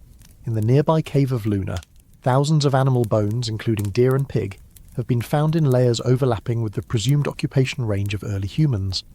Some show cut marks, some are burnt. It is not definitive proof of hunting or cooking, but it suggests that these caves were active sites, places of life and death. If the humans of Fuyan left no stone tools, they may have left meals instead. and we must remember that the cave floor is not a museum. It is a living layer, disturbed by time, sediment, animals, and tectonics. Girardon offers slightly more clarity. The jaw fragment found there is thought to belong to a robust adult, possibly male, who lived in a warm, forested environment near the modern Guangxi border. The layer in which it was found also contained animal bones and a few coarse tools, though not enough to reconstruct a full toolkit. Like Fuyan, the site suggests habitation, but not permanence. These were not village founders or empire builders, they were wanderers, and then nothing. After 100,000 years ago, the trail goes cold. The next confirmed modern human fossils in China do not appear until around 40,000 years ago, 80,000 years later. And by then, the landscape has changed. The newcomers carry different toolkits, show different morphologies, and may belong to the wave of Homo Sapiens that left Africa around 70,000 years ago and succeeded where the earlier ones failed. The Fuyan group, the Girardon individual, they left no known descendants. But maybe that is the wrong measure of success. Maybe it is enough that they were there, that they saw the mists of the Guangxi hills, that they tasted the fish of the river, that they left a tooth or two behind and vanished. Maybe not all stories need to lead somewhere. Some exist just to remind us that the world was always bigger than we thought, that humans have always pushed beyond the map, and if we follow that thread far enough, a question begins to form, not about migration or ancestry, but about the nature of human presence itself. What does it mean that Homo sapiens reached the edge of East Asia so early and disappeared so completely? Are we looking at extinction, isolation, absorption by other hominin groups whose bones we have yet to find?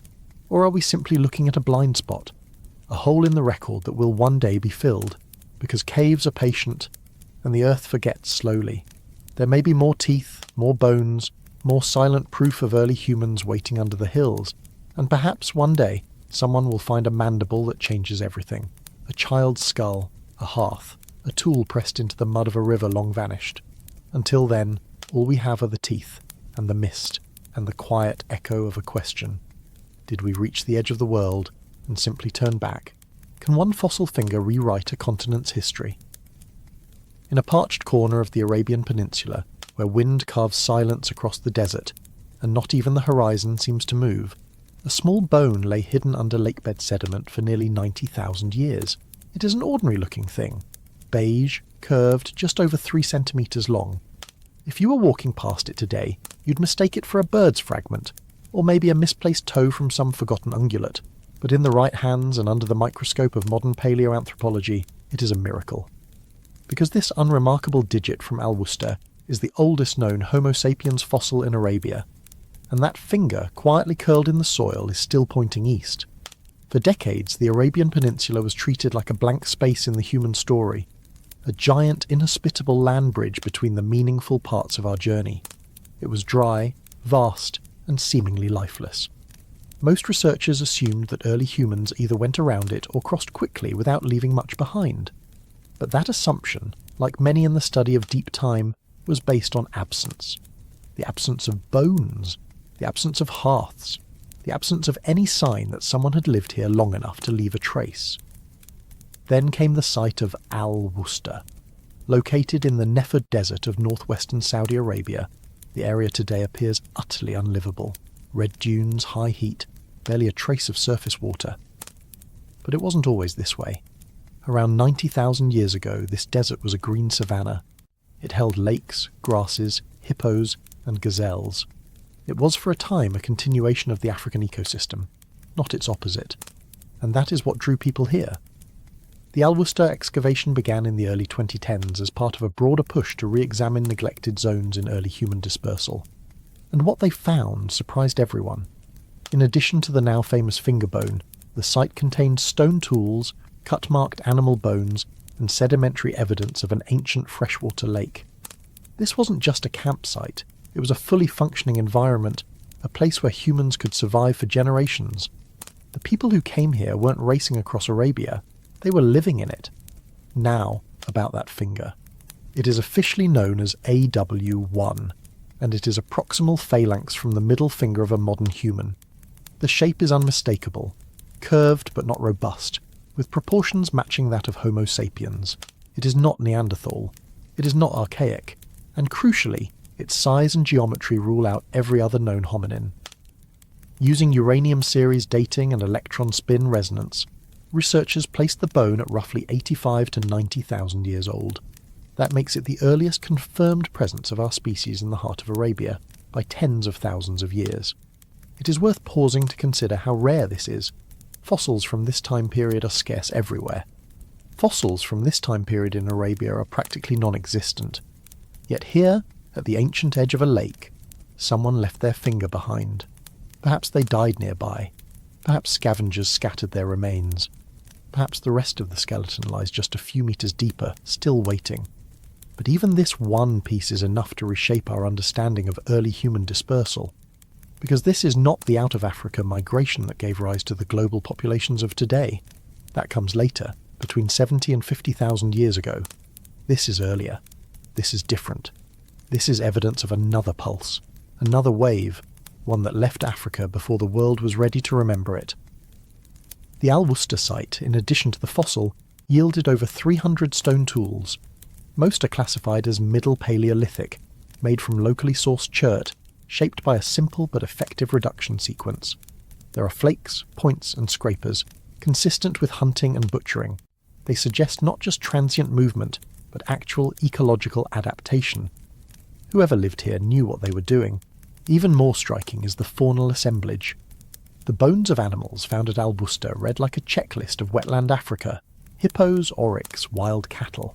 Some bones showed clear signs of human modification, cut marks on long bones, percussion fractures consistent with marrow extraction. These are not casual leftovers.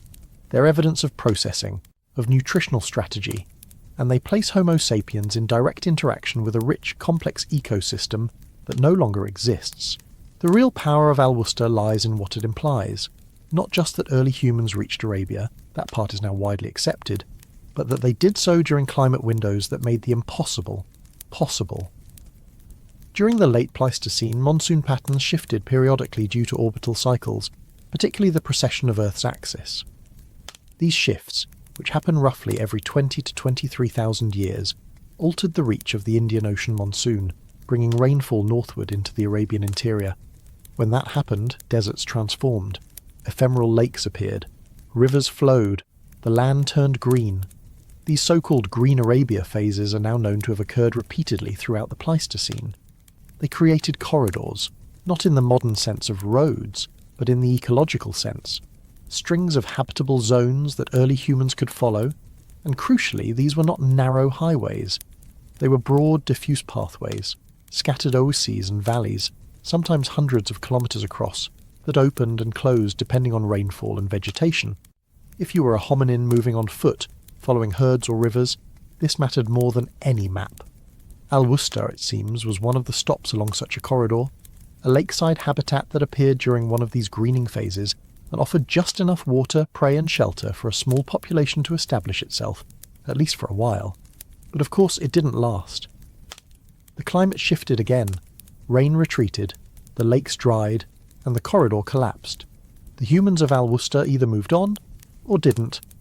We don't know if they died out locally, or if their descendants retreated back to Africa, or if they kept walking and were absorbed by later populations. What we do know is that their genetic legacy, as far as we can tell, did not survive. The people of Al Worcester are not the ancestors of modern Arabs, or of anyone else living today. They are part of a chapter that ended, a branch that was pruned, and yet, in a way, they are still with us, because they prove something simple and quietly revolutionary, that Homo sapiens did not need to wait for the perfect moment to expand. We tried, again and again, even when we failed. We took risks. We walked into deserts. We followed the rains, and sometimes we guessed wrong.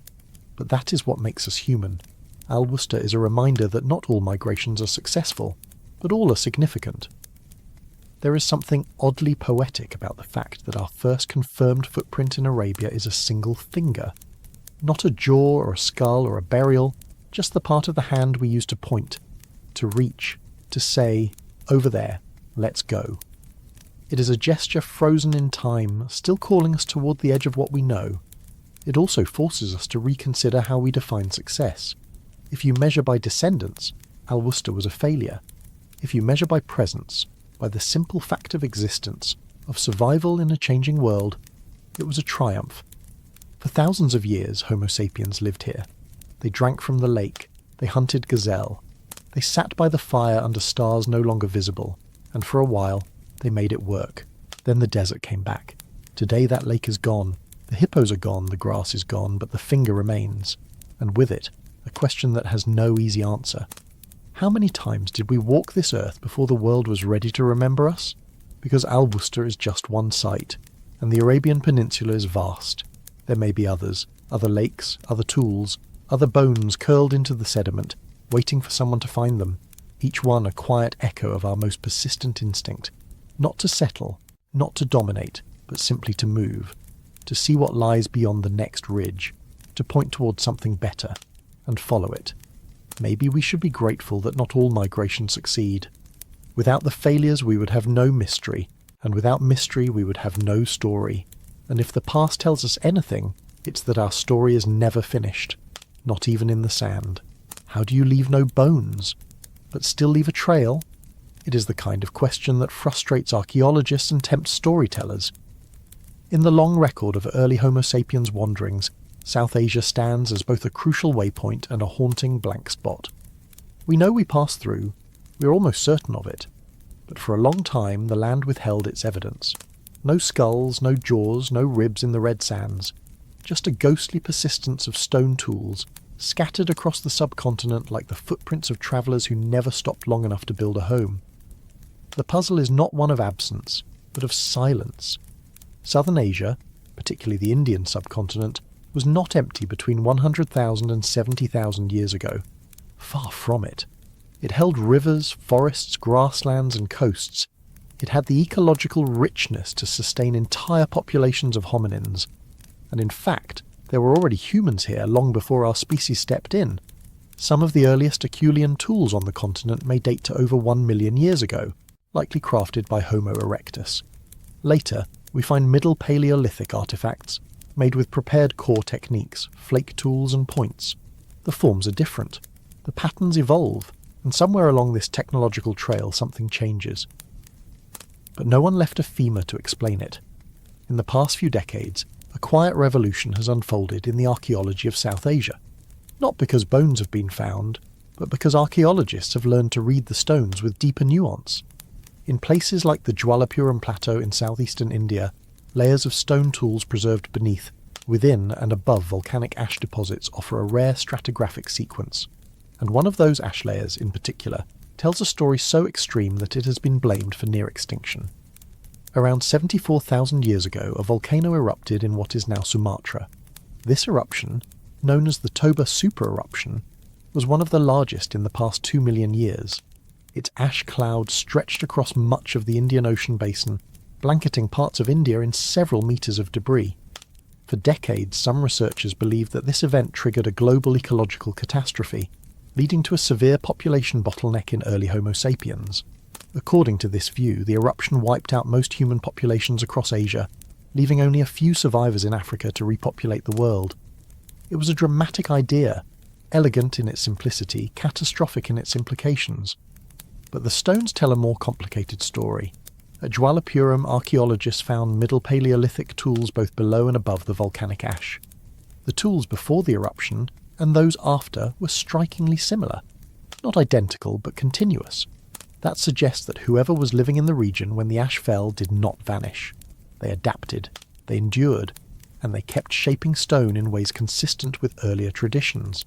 Does that mean Homo sapiens survived Toba?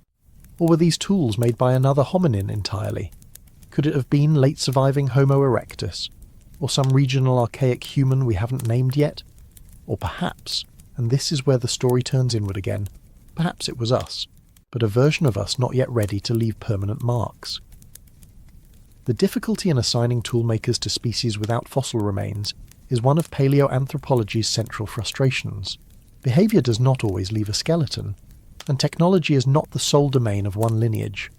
What we call the Middle Paleolithic encompasses a range of core flake techniques, including Levallois and discoidal forms, that appear across different hominin species in different regions. Homo neanderthalensis used them in Europe. Homo sapiens used them in Africa. In India, where the fossil record is sparse, the same technologies appear, but without a clear fingerprint. Still, there are signs pointing toward a sapiens presence. In Tamil Nadu, at Atirampakam, researchers have found tools spanning a vast chronological range, including some older than 300,000 years and others that suggest the continuity of prepared core techniques into the time frame we associate with early modern humans. The site shows not just one technological layer, but multiple transitions, evidence of change, adaptation, persistence. And while the precise identity of the toolmakers remains debated, the dates overlap with our species' known movements. Further north, in the Soan Valley of Pakistan and the Narmada River region of central India, scattered finds add complexity. A partial hominin cranium discovered in the Narmada Valley in the mid-20th century has been variously classified as Homo erectus, an archaic Homo sapiens or something in between. Its morphology resists easy placement, with a mix of primitive and derived traits.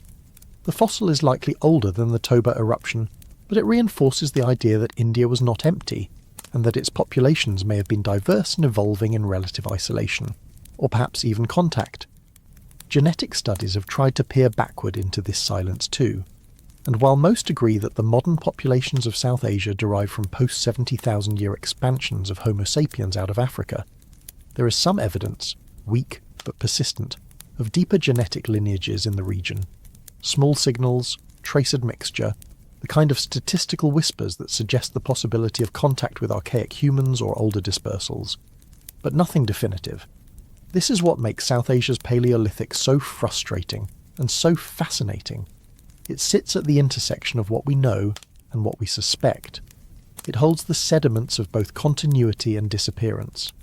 In the archaeological layers before the Toba ash, we see behaviours that look increasingly modern, an argument for early Homo sapiens presence, well before the canonical out-of-Africa migration. But without a skeleton, the evidence cannot testify to its maker, so we turn to landscape models. Climatic reconstructions suggest that parts of India would have remained habitable even during the worst phases of volcanic fallout. River systems persisted, forests recovered, and from what the tools suggest, so did people. Perhaps small bands of humans living at low densities moved across these zones, exchanging ideas, changing gradually, until later populations, better equipped, more numerous, would wash over them in waves. Or perhaps these early toolmakers were part of those later waves all along. Perhaps we are wrong to separate them.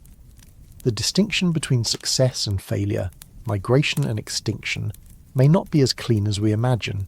Cultures overlap, populations blend. Sometimes the people change and the tools remain. Other times, the tools change and the people are the same.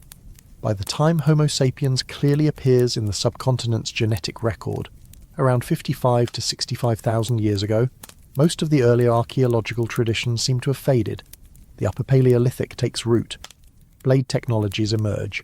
Rock shelters start to show evidence of pigment use, geometric microliths, and later symbolic art. But all of that is still to come. What the Middle Paleolithic of India offers is a kind of murmur, not loud enough to be called a voice, but distinct enough to feel human.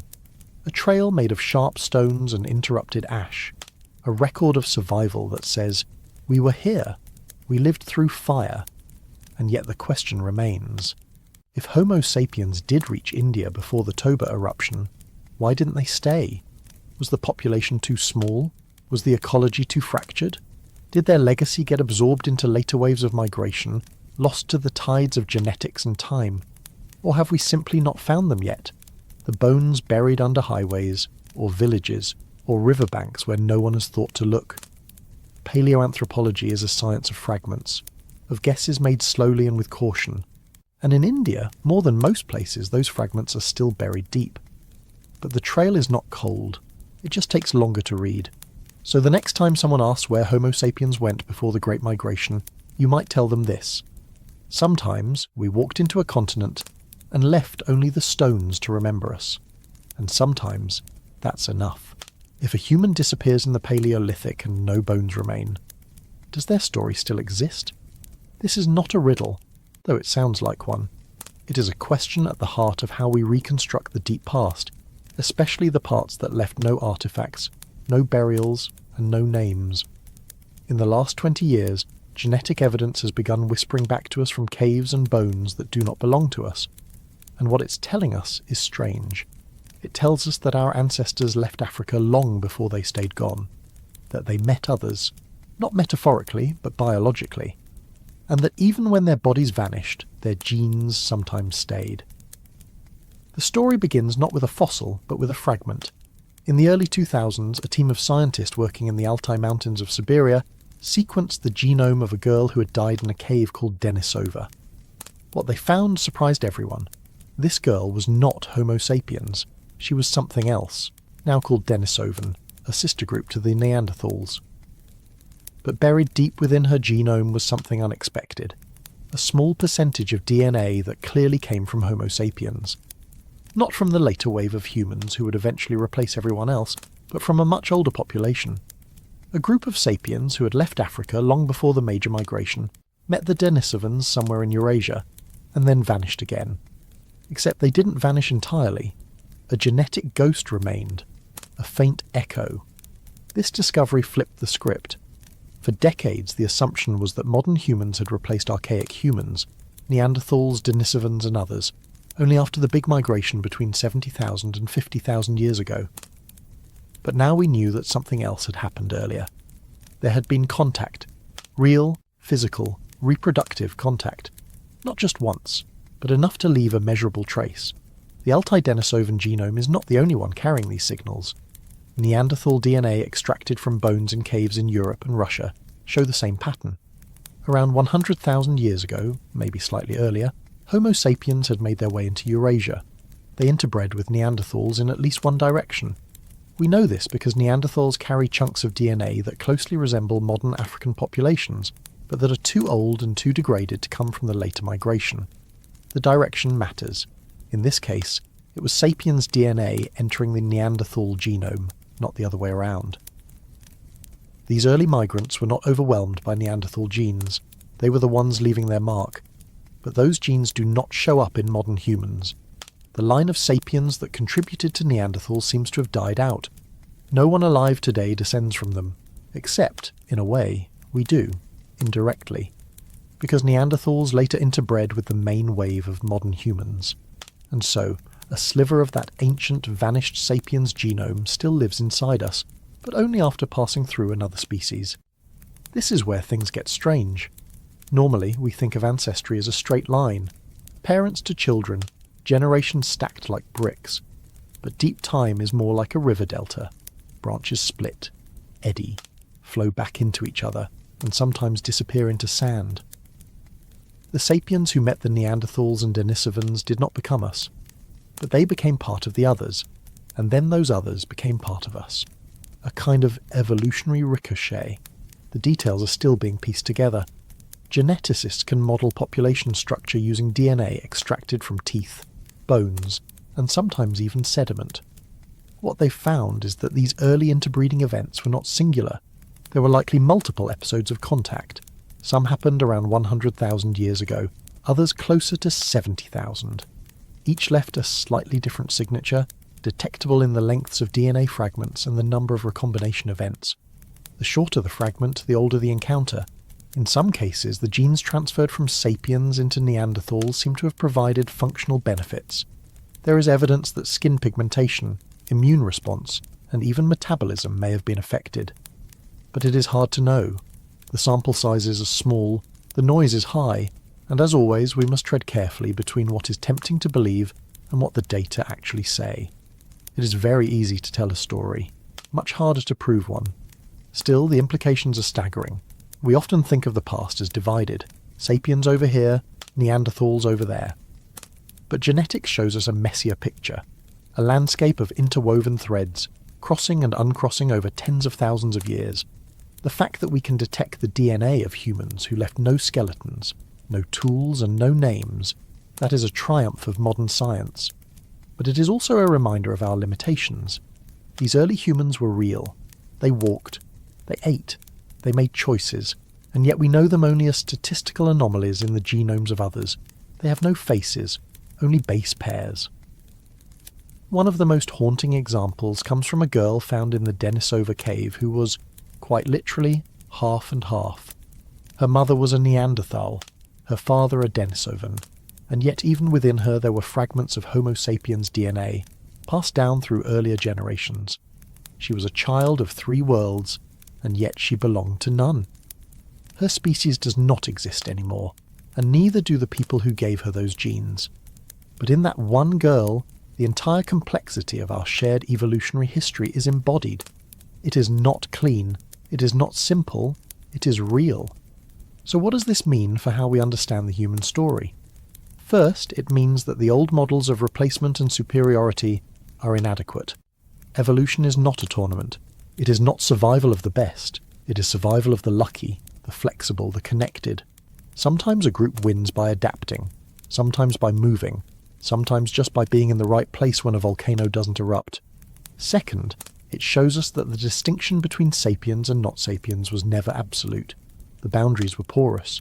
The line between us and them was always blurry and always shifting. We're used to thinking that because we are here, we are the inevitable outcome. But genetics tells a different story, one where our ancestors tried and failed, where they wandered into new lands, met other humans, exchanged genes, and then disappeared. Their legacy is not in bones, but in code, and even that code is fading. Each generation scrambles the signals a little more.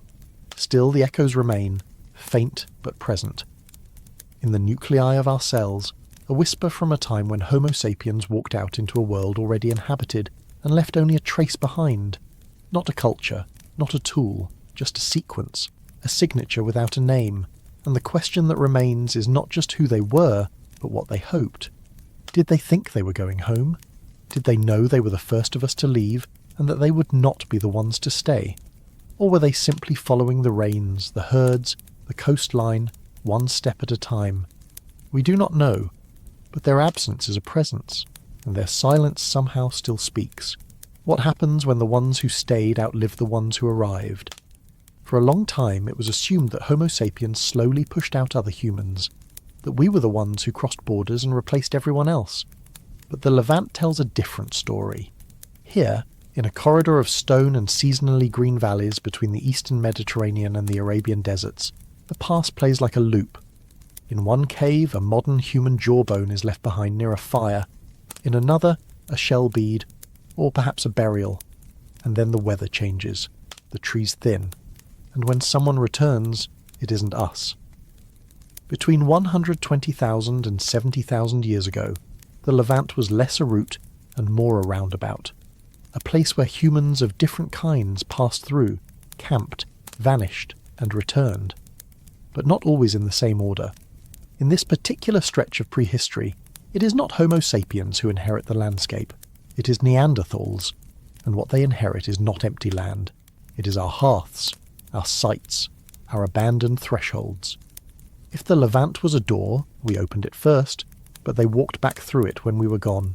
In the cave of Tabun, near Mount Carmel in modern-day Israel, archaeologists have been digging for nearly a century. The layers go deep, one of the longest continuous Paleolithic sequences in the world. The lowest levels, known as Layer G, have yielded signs of early human occupation, including flint tools made using the Levallois technique. But higher up, in Layer C, the story changes. In the 1930s, a nearly complete skeleton was uncovered here, known today as Tabun 1. She was a Neanderthal woman. Her skull is long and low, her brow ridged and heavy. Her teeth, well worn, and possibly used as tools. Based on the sediment around her and updated dating techniques, she likely lived around 120,000 years ago. What's eerie is that this very cave had already shown signs of prior occupation. Layers beneath contain evidence of fire use, faunal remains, and early Middle Paleolithic tools. Whether those belong to Homo sapiens or their archaic relatives isn't fully certain, but the implication is simple. She was not the first one here. Someone else had come before. Perhaps related to the Mislia cave people who lived just up the mountain tens of thousands of years earlier. Perhaps part of that earlier pulse of Homo sapiens that moved into the Levant and then receded. But whatever their origin, they were gone by the time Tabun 1 made her home in the rocks. The reoccupation of sites like Tabun was not accidental. The Levant offered dependable shelter. karstic caves with natural insulation, often located near water sources and game trails. It's easy to imagine why anyone would return, but the rhythm of who stayed and who left seems more tied to the pulse of the climate than any long-term settlement. This region lay at the boundary of two enormous ecological zones. When global climates were cooler and drier, the deserts expanded and access to the Levant tightened. When things warmed and monsoons shifted, green corridors opened across the Sinai and Arabian Peninsula, inviting Homo sapiens and Neanderthals alike to expand their range. But rarely at the same time. Take Kibera Cave, also located on Mount Carmel. It too has a long and stratified record of human presence.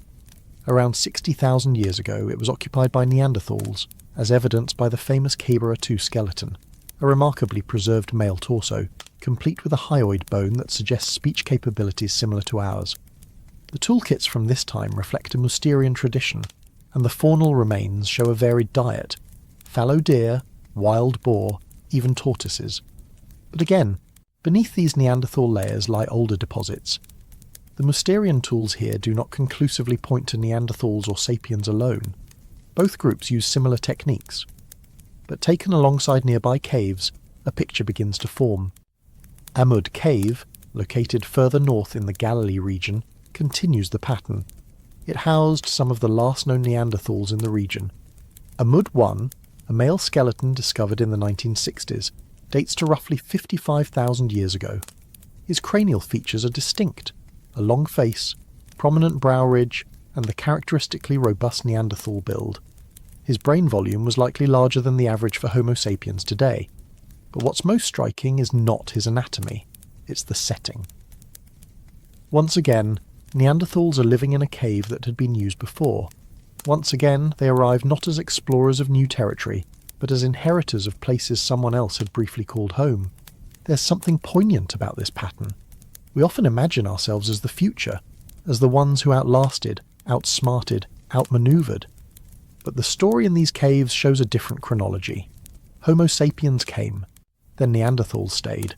The rhythm of settlement, abandonment and reoccupation stretches across tens of thousands of years like a breath. In, out, in again. And while we like to chart migration as arrows on a map, the real movements were pauses, retreats, and returns. Sometimes the future turns around. The archaeological record supports this eerie alternation.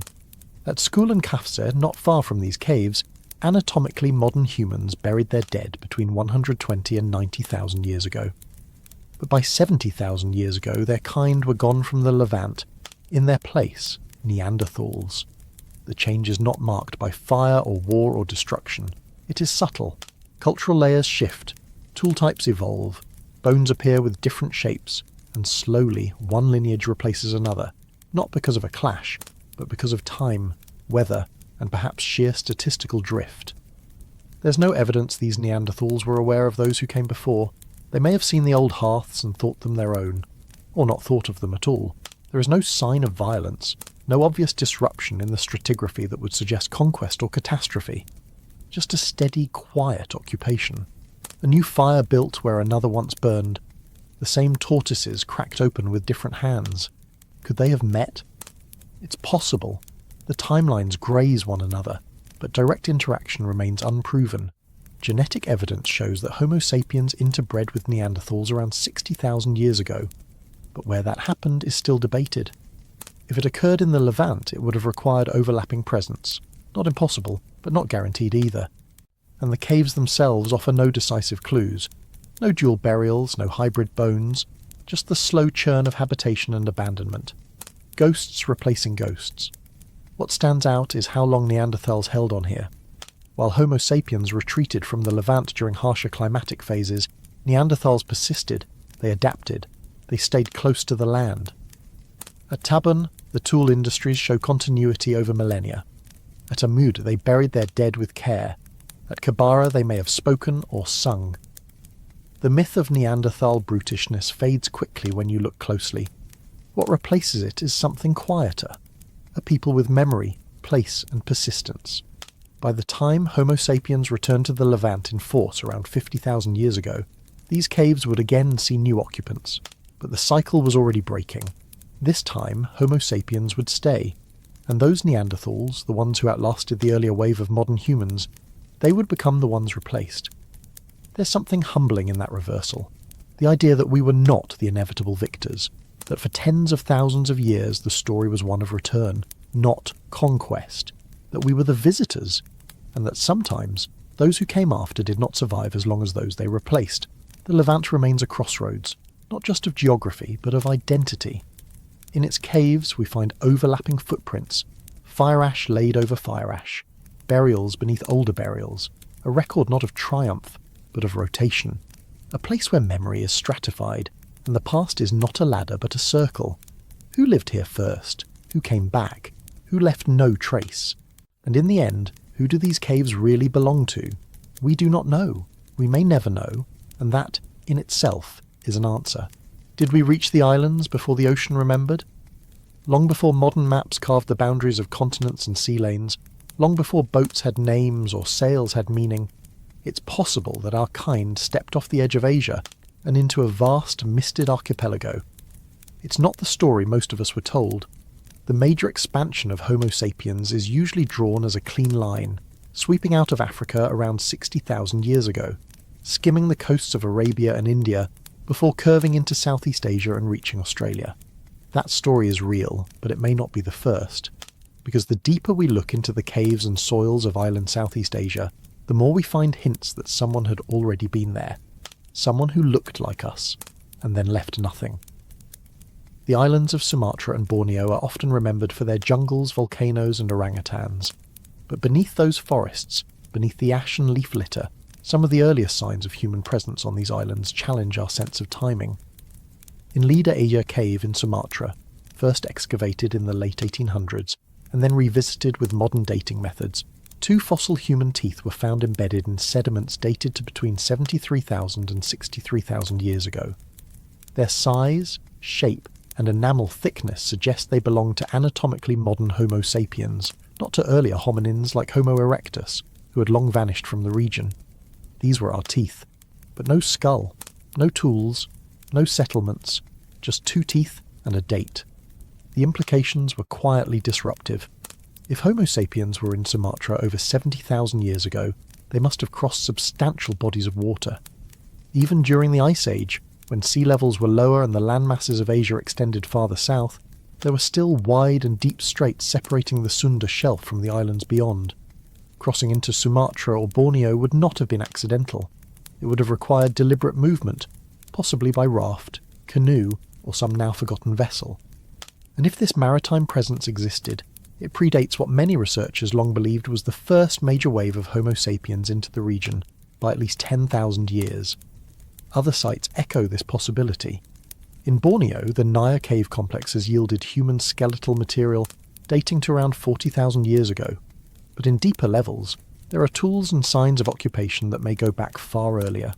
Some charcoal remains and modified stones in these layers hint at a human presence predating the Toba eruption, which occurred roughly 74,000 years ago. That event, an enormous volcanic explosion in Sumatra, covered much of South and Southeast Asia in ash, and has often been linked to population bottlenecks or disruptions. But in places like Naya Cave, the archaeological record shows continuity, not collapse. Whoever was there may have weathered the storm, and still the people themselves are missing. No clear skeletal remains of pre-Toba Homo sapiens have yet been found in these island regions. The teeth in Sumatra stand alone. The DNA of modern island populations shows no unique deep ancestry from an earlier wave, only the genetic signature of later expansions. It's as if the first arrivals vanished entirely. No children, no trace, just a fading set of footprints. This vanishing act raises uncomfortable questions. Were these early Homo sapiens wiped out by the Toba eruption? Did they succumb to disease, competition, or dwindling resources?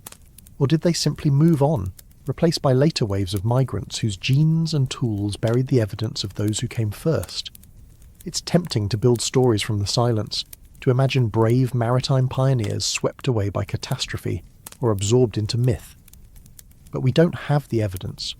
All we have is a shadow on the timeline, a brief presence in the archaeological haze, and the possibility that our species reached the islands long before the world was ready to remember it. There's also the challenge of context. While the leader-ager teeth and associated fauna seem solidly dated, their placement in older sediments has made some researchers cautious. It's always possible that the bones slipped down into older layers, or that dating errors skewed the results. And the lack of associated tools makes it difficult to know how these early people lived, what they hunted, or how they built shelter. It's an incomplete picture. But absence of evidence is not always evidence of absence, especially when the evidence in question lies buried in tropical soils, prone to acid decay and poor preservation. And so, we come back to the ocean, to the water that both reveals and conceals. The idea that Homo sapiens had maritime capabilities earlier than previously believed is no longer as fringe as it once was. There are now models proposing coastal migration routes, stretching from the Horn of Africa through southern Arabia and India and into Southeast Asia well before 60,000 years ago. If those models are correct, then people didn't just walk across the world. They sailed, drifted, and island-hopped through it. And if early Homo sapiens could reach the shores of Sumatra before the Toba ash fell, they could have reached many places we've yet to discover. But the haunting part is this: they didn't stay. Or if they did, their presence was erased. The archaeological silence between those early hints and the later, well-documented colonization of Australasia is deafening. It's as if someone whispered, and the jungle swallowed the sound. No skeletal remains, no genetics. Just a few teeth and a date too early to fit the dominant story. And maybe, just maybe, a memory in the sea. So we ask again, did we reach the islands before the ocean remembered? And if we did, what does it mean to have touched a shore that left no echo? To cross a sea not once, but twice, first as shadows, then as ancestors? It's a question without a neat answer, but that's the kind we like best. If a hand axe falls in the forest, does it remember who held it? The question sounds whimsical at first, like something muttered during a slow dream, but it's also the question that haunts archaeology at its core. Because more often than not, what we find are not people, we find what they made, the things they chipped from stone, the scars of their labour, the impressions left behind not by flesh or thought, but by pressure, by repetition, by motion. And in some places that is all we find. No bones, no names, no footprints, just the ghost of intention in an edge. From around 200,000 years ago, all the way through to 60,000 years ago, a strange pattern emerges across Africa and into Western and Southern Asia. There are vast tool scatters in places where no hominin remains have ever been uncovered. No teeth, no jaw, no rib fragments. But the tools are unmistakable. Middle Paleolithic cores and flakes. Prepared surfaces struck precisely. Scrapers, points, and blades. Some shaped using the levallois technique, others reflecting local variants. And while we often associate these with known species, Neanderthals in Eurasia, Homo sapiens in Africa, many sites defy easy assignment, because without bones the tool alone cannot tell you who made it. It only tells you that someone was there. Across the Nile Valley, dozens of open-air scatter sites lie exposed after millennia of erosion. Some flank ancient watercourses that dried long ago, others rest atop dune ridges. They bear no fossils, no shelters, no fire. But the lithic artefacts are abundant, Middle Stone Age flakes interspersed with Acheulean hand axes. At one site in Egypt's western desert, over 3,000 stone tools were recovered from a surface layer, dated to roughly 160,000 years ago. There were no burials, no pigments, no bones, yet every tool edge spoke the same language, shaped intentionally, discarded after use, left to weather under a sky that forgot them. Further south, the Lupemban culture of Central Africa spans parts of present-day Democratic Republic of Congo, Zambia, and Angola. Here, elongated lanceolate points appear, exquisitely retouched and hafted onto wooden shafts, or so we assume. Some of these sites are over 100,000 years old. But despite the elegance of the tools and their consistency across regions, the makers remain anonymous. There are no hominin fossils definitively associated with Lupemban assemblages. We can hypothesize that Homo sapiens made them. But we do not know. It is a toolkit without a skeleton. In India, the ambiguity deepens. Hundreds of Paleolithic sites stretch across the subcontinent, from the Soan Valley in the northwest to the Kortalaya Basin in the south. Many exhibit Middle Paleolithic characteristics, and some show apparent continuity, even after the Toba volcanic eruption, around 74,000 years ago. But here too the bodies are missing. The tools were left in river terraces, hill slopes and rock shelters, but not the people who wielded them. Were these populations wiped out, replaced, or simply never fossilized?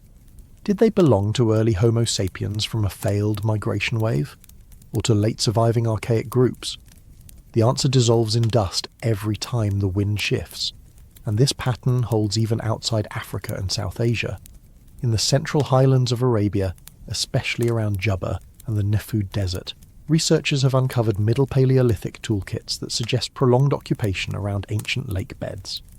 The Al-Nasim and Al-Marat sites, dated between 120,000 and 80,000 years ago, yield flakes, points and cores that resemble both African and Levantine traditions. But again, no hominin fossils have ever been recovered. No footprints, no charred bone, no DNA, just the stones. What complicates the picture further is the persistence of older tool forms alongside newer ones. Acheulean hand axes, long thought to represent an earlier phase of human evolution, sometimes appear mixed into Middle Paleolithic contexts.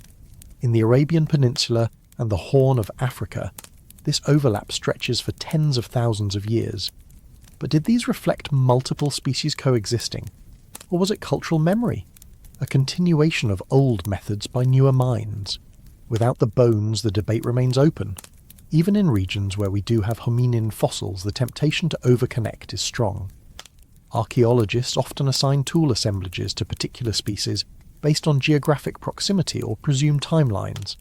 But without direct association, a tool found next to a bone in undisturbed layers, the match is never certain. Tools can be moved by water, disturbed by animals, or passed between populations. The hand that struck the flake might not be the same as the one that dropped it. Still, tools offer something rare. They offer intention. Unlike bones, which are silent about behaviour, a stone tool is behaviour frozen in time. A cut mark on a bone tells you what happened. A hand axe tells you what was planned. Someone knew how to hold a core, how to angle a strike, how to shape a cutting edge. That skill did not emerge randomly. It was taught, watched, practiced. Which means that behind every tool, even the most weathered flake, lies a moment of learning, a moment of memory, a moment of culture. In the absence of fossils, these tools become our primary witnesses. They do not tell us the names of the species who made them. They do not preserve the shape of the cranium or the structure of the foot. But they preserve decision. And in prehistory, that's everything. They show us how hominins moved, clustering around riverbanks, spreading along ridgelines, avoiding dense forest. They show us what raw materials were valued, obsidian, flint, chert, and which techniques spread between regions.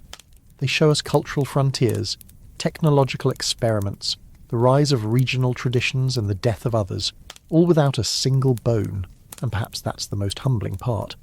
For all the importance we place on fossils, and they are important, the story of humanity is told just as much through what we made as who we were. Bones are rare. Tools are common. Bones tell us what a population looked like. Tools tell us what it knew, and what it lost. Across tens of thousands of years, entire cultures may have risen, flourished, and collapsed, leaving behind only a scatter of flakes in a windswept plain. No temples, no graves, no stories, just the distant echo of coordination and the soft whisper of friction between stone and hand. So when we find tools without their makers, we aren't looking at absence. We're looking at survival, at the one thing that endured when everything else was taken by wind and time. And while we may never know the species, the name, or the language spoken, we know they were here, because their tools are here, and that's enough to ask the question, if they made these tools, what else did they make? What else was lost? And if every artifact is a decision made long ago, then how many decisions have we missed, and how many stories were never written down? If we got out so early, why didn't we stay? It is one of the most quietly haunting questions in paleoanthropology, because the deeper we look, the more we find that Homo sapiens was not a late bloomer. We didn't hesitate. We didn't wait for some magical threshold of intelligence or tool sophistication. We stepped out of Africa early, multiple times, into lands already claimed by other humans. By 210,000 years ago, our bones were already in southern Europe. By 190,000 years ago, our jaws were in the caves of Israel. By 120,000 years ago, we were burying our dead in Galilee. By 85,000 years ago, our fingers were touching the sand beside Arabian lakes. And by 100,000 years ago, our teeth were already in southern China. But none of these people are with us today. They left no lineage, no branch, no country, just scattered traces across continents, disconnected from the ancestry of every living human. They were us, but their journey ended. And somehow, they all vanished. To understand why, we have to abandon the myth that evolution is a story of steady triumph. For most of our existence, Homo sapiens was not a world conqueror. We were a fragile, localized, small-brained hominin living among giants. At 200,000 years ago, our range was still likely limited to parts of eastern and southern Africa. There were no cities, no boats, no ranged weapons, no art that would survive time. And yet, for reasons still being debated, some of us started walking. Whether following game, water, or simply curiosity, early Homo sapiens populations dispersed beyond the African continent and met a world already full of humans. The problem is that leaving was not the same as lasting. Every single expansion attempt before 60,000 years ago failed. Not in the sense that no one survived the trip, they clearly did, but in the evolutionary sense. These early groups vanished without leaving direct descendants, and for the longest time, that seemed like a tragic mystery. But now, across paleoecology, genetics, and climate modelling, the outlines of the answer are beginning to take shape. And like most things in prehistory, it was probably not one reason, but many. The first, and simplest, is size. Any population that disperses across harsh terrain into unfamiliar ecosystems is going to start small, and small populations are biologically unlucky. A single drought, a failed harvest, a flu-like virus, or a minor shift in predator populations can erase an entire settlement. This isn't extinction on the level of dinosaurs, it's just the math of demography. A founder group of 40 or 50 individuals might not be able to sustain genetic diversity long term. One missed generation could wipe out a lineage. And when you layer in the seasonal unpredictability of Ice Age climates, where entire biomes could change within centuries, these expansion attempts start to look less like heroic voyages and more like gambles against entropy. Second, geography. While Africa is often imagined as a closed box, it is more accurate to think of it as a continent with thresholds. The Levant, the Horn of Africa, the Sinai Peninsula, and the Bab el-Mandeb Strait were all migration choke points. When global climates were favourable, during warm interglacials, green corridors opened up, lakes, rivers, savannas. When they weren't, those same routes became deserts, salt flats, or impassable bottlenecks. So it wasn't just a matter of getting out, it was staying out, and staying connected. If those routes closed behind a population, they might become stranded, cut off from the larger gene pool, vulnerable to inbreeding, or overwhelmed by local environmental change. A few hundred kilometres could become an evolutionary prison. Third, technology.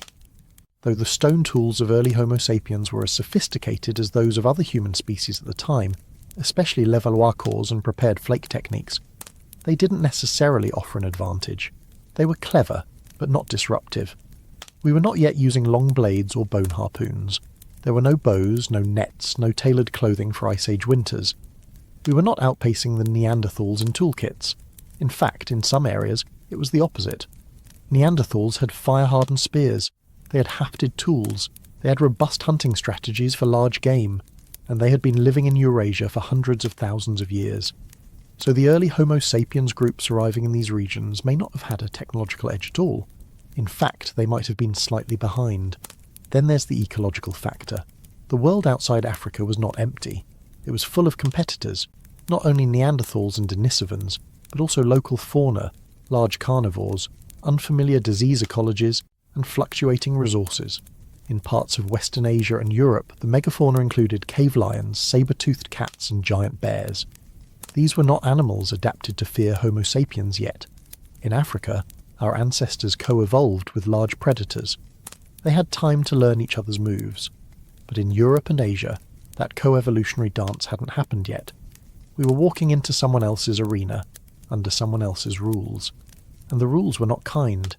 Even when resources were available, the cost of survival may have exceeded the benefit. Small groups of Homo sapiens may have succeeded in building temporary shelters, hunting local game, even adapting seasonal movements. But without the density or social structure to thrive across generations, they may have simply withered out. Genetic drift, lack of mates, resource strain. Any of these could unravel a lineage in just a few lifespans. The archaeological record supports this. In place after place, from Apodema to Mislia to Dioxyan, we find signs of early sapiens' presence. Skull fragments, teeth, tools, but no continuity. No long cultural layers, no progression, just a sudden appearance, and just as sudden a disappearance. And then there's the social factor. It is entirely possible that Homo sapiens were not welcome everywhere they went. The world of 200,000 to 80,000 years ago was not a blank canvas. It was already home to other intelligent, upright hominins. Neanderthals were well established across Europe and Western Asia. Denisovans occupied parts of Eastern Asia. And though the fossil record is still too thin to fully describe their range, we now know that both groups were highly adapted to their environments, with regional variation and deep history. An early Homo sapiens group wandering into these areas may have been met with competition, hostility, or at the very least, a lack of interbreeding until much later. And without alliances or integration, these groups may have simply been outcompeted or absorbed without trace. Which brings us to the final and most uncomfortable reason. Maybe nothing went wrong. Maybe this was just how it always goes. Species don't spread in straight lines. They surge, recede, attempt, fail, and try again. Evolution is not a single heroic migration. It is waves on a beach. Some leave patterns, some don't. The fact that these early dispersals failed might not be a puzzle to solve, but an expectation to accept. Most species that attempt a new niche fail. Most lineages end. It is only in hindsight, from our global perch in the present, that we imagine that success was inevitable, that Homo sapiens was always destined to rule the planet. But from the perspective of 80,000 years ago, nothing was guaranteed. What is remarkable is not that we failed, but that we kept trying, that even after each loss, another group still wandered out, that across 150,000 years, we kept testing the edges of the known world, we kept moving, and eventually one of those movements would stick. Around 60,000 years ago, a population would emerge, not necessarily smarter, not necessarily stronger, but perhaps just lucky enough to endure. And they would carry with them echoes of all those earlier attempts, not in their DNA, perhaps, but in their footsteps, in the way they learned to adapt, to persist, and to remember. So when we ask why the early Homo sapiens migrations failed, we might also be asking, what is the cost of becoming global? How many vanished cousins does it take to shape a survivor? And how many stories did we lose before we found our way? What if the reason we vanished was weather? Not a predator, not a rival, not even some grand mistake. Just the sky shifting one season too soon, the rains that forgot to come back, the wind that carried no seeds. Somewhere between 80,000 and 70,000 years ago, the planet cooled, quietly but relentlessly. And in that narrowing window of habitability, the great first migrations of Homo sapiens began to fade like footprints in a drying lakebed. The Earth, of course, has always breathed in ice and exhaled warmth. Its glacial rhythms long preceded us. But we arrived during one of its gentler exhalations, a relatively warm period known as marine isotope stage 5.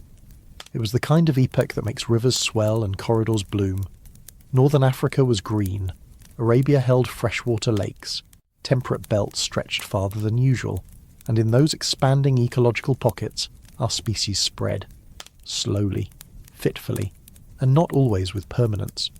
The skulls in the Levant, the jaw in Israel, the finger in Arabia, they all belong to that interglacial optimism. But so do the absences that follow. The shift from marine isotope stage 5 to stage 4 was neither abrupt nor symmetrical. The warmth did not simply vanish in a single year. It crept away unevenly, like a tide pulling back from scattered shores. What once had been lakes began to retreat. Grasslands browned at the edges, monsoon systems wavered, and the zones that had made migration viable began to collapse. The corridors that once guided us turned into traps. For early Homo sapiens, who had ventured into these new regions in small numbers, the land itself may have been their undoing. In Africa, sediment cores from Lake Malawi tell part of the story. Around 74,000 years ago, the lake level dropped drastically, revealing a drier phase that lasted several thousand years. Further north in the now deserted regions of the eastern Sahara, Paleolake basins dried into salt flats. Fossil riverbeds, once active during the earlier interglacial, show no renewed flow during this colder period. Where there had been access to water and prey, there was now only dust and stone. And for groups living near the edge of ecological viability, this would have been catastrophic. It was not just the lack of water. The drop in global temperatures during marine isotope stage 4, estimated to be as much as 6 degrees Celsius in some regions, compressed habitable zones. The edges of forest retreated. Steppe environments replaced woodlands. In Europe and Western Asia, advancing glaciers and permafrost encroached on previously temperate regions, and with this came ecological instability. Megafaunal populations shifted, fragmented, or vanished entirely in some places. The seasonal predictability of resources so crucial for mobile hunter-gatherers became unreliable, patterns broke, routes failed. For Homo sapiens who had left Africa during the earlier warm phase, this mattered more than we often admit. These early migrants were not large populations. The genetic and archaeological record both suggest that the groups expanding into the Levant, Arabia, and perhaps even southern Asia were small, dispersed and demographically fragile. They may have numbered only in the hundreds or low thousands, a series of pulses rather than a wave. In biological terms, they were vulnerable to collapse. In statistical terms, they were already close to extinction the moment they left. Ecological collapse doesn't have to be global to be lethal. A single migration route drying out, a few key springs failing, one bad decade of hunting returns. These are not headlines. They are slow pressures that bend the branch until it breaks. And what makes the collapse of these early expansions even more invisible is that they may not have left bones behind. Fossilization is rare. Most of prehistory is an absence. If those first pulses dwindled into local disappearances, by famine, by dispersion, by conflict, or by birth rate alone, they could vanish entirely from the record. The archaeological silence in key regions during marine isotope stage 4 may reflect this disappearance. After the relatively dense human occupation in the Levant during the previous warm period, the layers between 75,000 and 65,000 years ago show fewer tools, fewer hearths, and fewer signs of sustained presence. Similar lulls appear in Arabia. The lake at Al-Wusta dried, the wetlands in Nejd evaporated. Stone tool assemblages disappear from the record until they re-emerge tens of thousands of years later, and with them different styles, likely made by different groups. Even in regions with more continuous occupation, like parts of southern Africa, there are signs of environmental stress. In the interior regions of what is now Botswana, lake sediments show drying trends. Caves once occupied by humans reveal fewer artifacts. Occupation intensity drops. This does not mean complete abandonment, but it does suggest retraction. Homo sapiens may have retreated into ecological refugia, the oases of relative stability, clinging to river systems or coastal patches that remained viable. But in the new territories, the Levant, Arabia, the Horn of Africa's outer reaches, those refugees may not have existed, or they may have belonged to someone else. Because as the climate cooled, it wasn't just Homo sapiens who were affected. Neanderthals, long established in Europe and Western Asia, were adapted to colder conditions. Their persistence in the Levant during marine isotope stage 4 may reflect an ecological advantage. In sites like Tabun and Amud, Neanderthal occupation either begins or intensifies during this period, precisely when Homo sapiens' presence fades. The story is not one of sudden replacement, but rather a shift in viability. The world favoured a different build, and our lineage may have simply been outpaced by circumstance. The tools tell a partial story. The Levallois technique, widespread during the warmer phase, continues in some areas but with diminishing variation. In others, it is replaced or disappears entirely. This could reflect cultural drift, technological loss, or the arrival of new populations, or simply a thinning of the record due to demographic collapse. Fire use seems to decline in some regions, though whether from environmental limitation or cultural change remains uncertain. The problem, as always, is that absence is not evidence. But it is still a kind of clue. It's tempting to imagine that a dramatic external force must have caused these collapses. A volcanic eruption, perhaps, or a plague, something cinematic. But sometimes, The force is as simple as wind patterns shifting over the Indian Ocean, a reduction in solar radiation that nudges monsoons away from their usual path, a subtle drop in sea surface temperature that changes everything downstream. Climate operates with quiet power, and over decades or centuries it can erase the margins of a species' world without a single alarm. By 70,000 years ago, most of the early Homo sapiens dispersals appear to have failed, not violently, not suddenly, but by retreat and erasure. The jawbones in Israel, the ornaments in Galilee, the tools in Oman, all left behind by people who no longer had descendants in those places. The early seeds of our global expansion did not take root. The corridors had closed, the rain had shifted, the climate, indifferent to the hopes of its cleverest ape, had simply moved on. We often look back at prehistory as if it were a straight road, from caves to cities, from napped flint to orbiting satellites. But the road was not straight. It forked, looped, collapsed, and sometimes vanished beneath the sand. The story of Homo sapiens is not just one of triumph. It is also a story of attempts, of expansions that failed, of lives remembered only by the silence that followed them. And perhaps the most humbling part is this. We didn't know why it happened, and we still don't know everything. We see the dust in the sediment, the gap in the record, the pattern of retreat. But whether they starved, scattered, or were folded into other groups, we can't say. All we know is that they were there, and then they weren't. What happens to a species when the world no longer makes room for it? When the doors once open begin to close? When a species is clever enough to explore, but not yet clever enough to survive everywhere? That is the question buried in the cold sediments of 70,000 years ago. Did we expand inward when the doors closed outward? It's a question that doesn't fit neatly into maps or migration arrows. Most of the grand narratives of Homo sapiens are drawn toward the exit signs, the coasts, the corridors, the departures. We fixate on the roots out of Africa, the bones on foreign soil, the footprints on new frontiers. But what if some of the most critical chapters in our story didn't unfold on the road out, but in the space behind the door? What if, when the world began to close in around 80,000 years ago, we didn't disappear, we just turned around? The period between 120,000 and 70,000 years ago is usually remembered for the migrations that didn't last. The brief appearances of Homo sapiens in southern Europe, the Levant, Arabia, maybe even East Asia, followed by silence. But within Africa, the same window may have seen something different. Not an extinction, not a collapse, but a rearrangement, a re-expansion, a reshuffling of people and ideas across a continent that was never just a backdrop, but always the main stage. In the highlands of what is now Ethiopia, the cave site of Moshenabarago preserves a remarkable record. It lies in the southwest, not far from the Rift Valley escarpments, an ecologically rich zone fed by montane rainforests and volcanic soils. Excavations here have revealed stratified Middle Stone Age tools stretching back well beyond 50,000 years. The layers between roughly 80,000 and 70,000 years ago show continuity. People were present, and they stayed. No signs of cultural regression, no break in occupation. Just persistence, quiet and local, in the middle of a continent often treated as empty space between more glamorous finds. To the south, in the Sotilo Hills of Botswana, another story emerges. Though long known for later Holocene rock art, the area also contains stone tools and occupation evidence from much earlier phases, including potential signs of activity during this very period. Though dating remains cautious, what's clear is that southern Africa was not a passive periphery.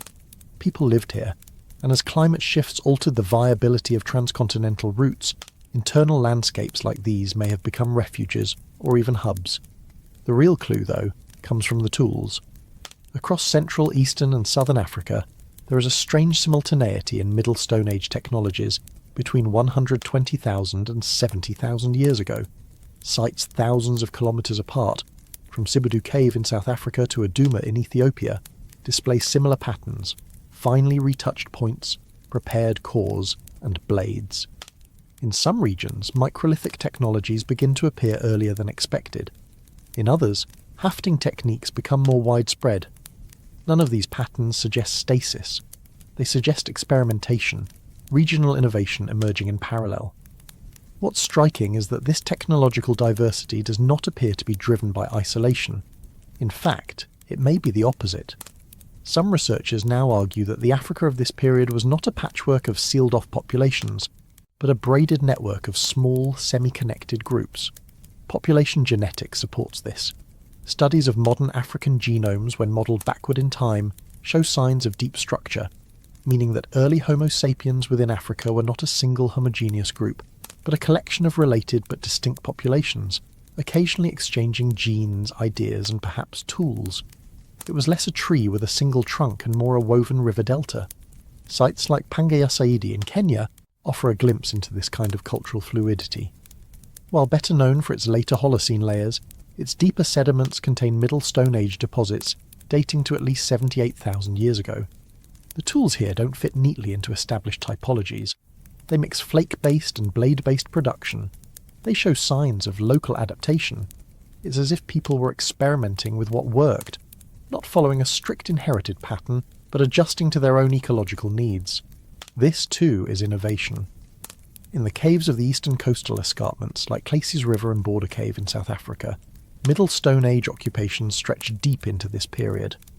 At Clayses, hearths, shellfish remains, and bone fragments reveal a complex subsistence strategy, not just hunting but coastal foraging.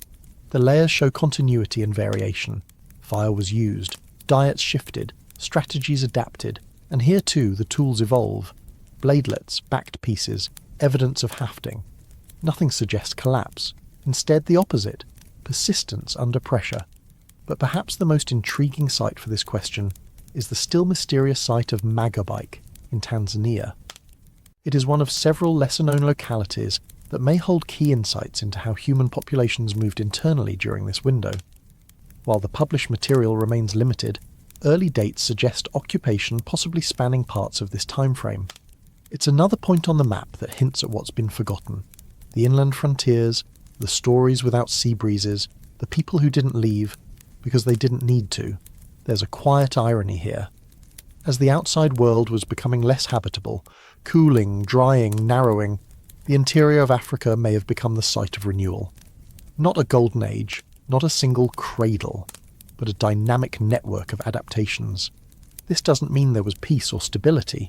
Climate stresses were felt here too, but rather than fading out, populations may have flowed inward, regrouping, mixing, and innovating in places the traditional migration maps don't mark.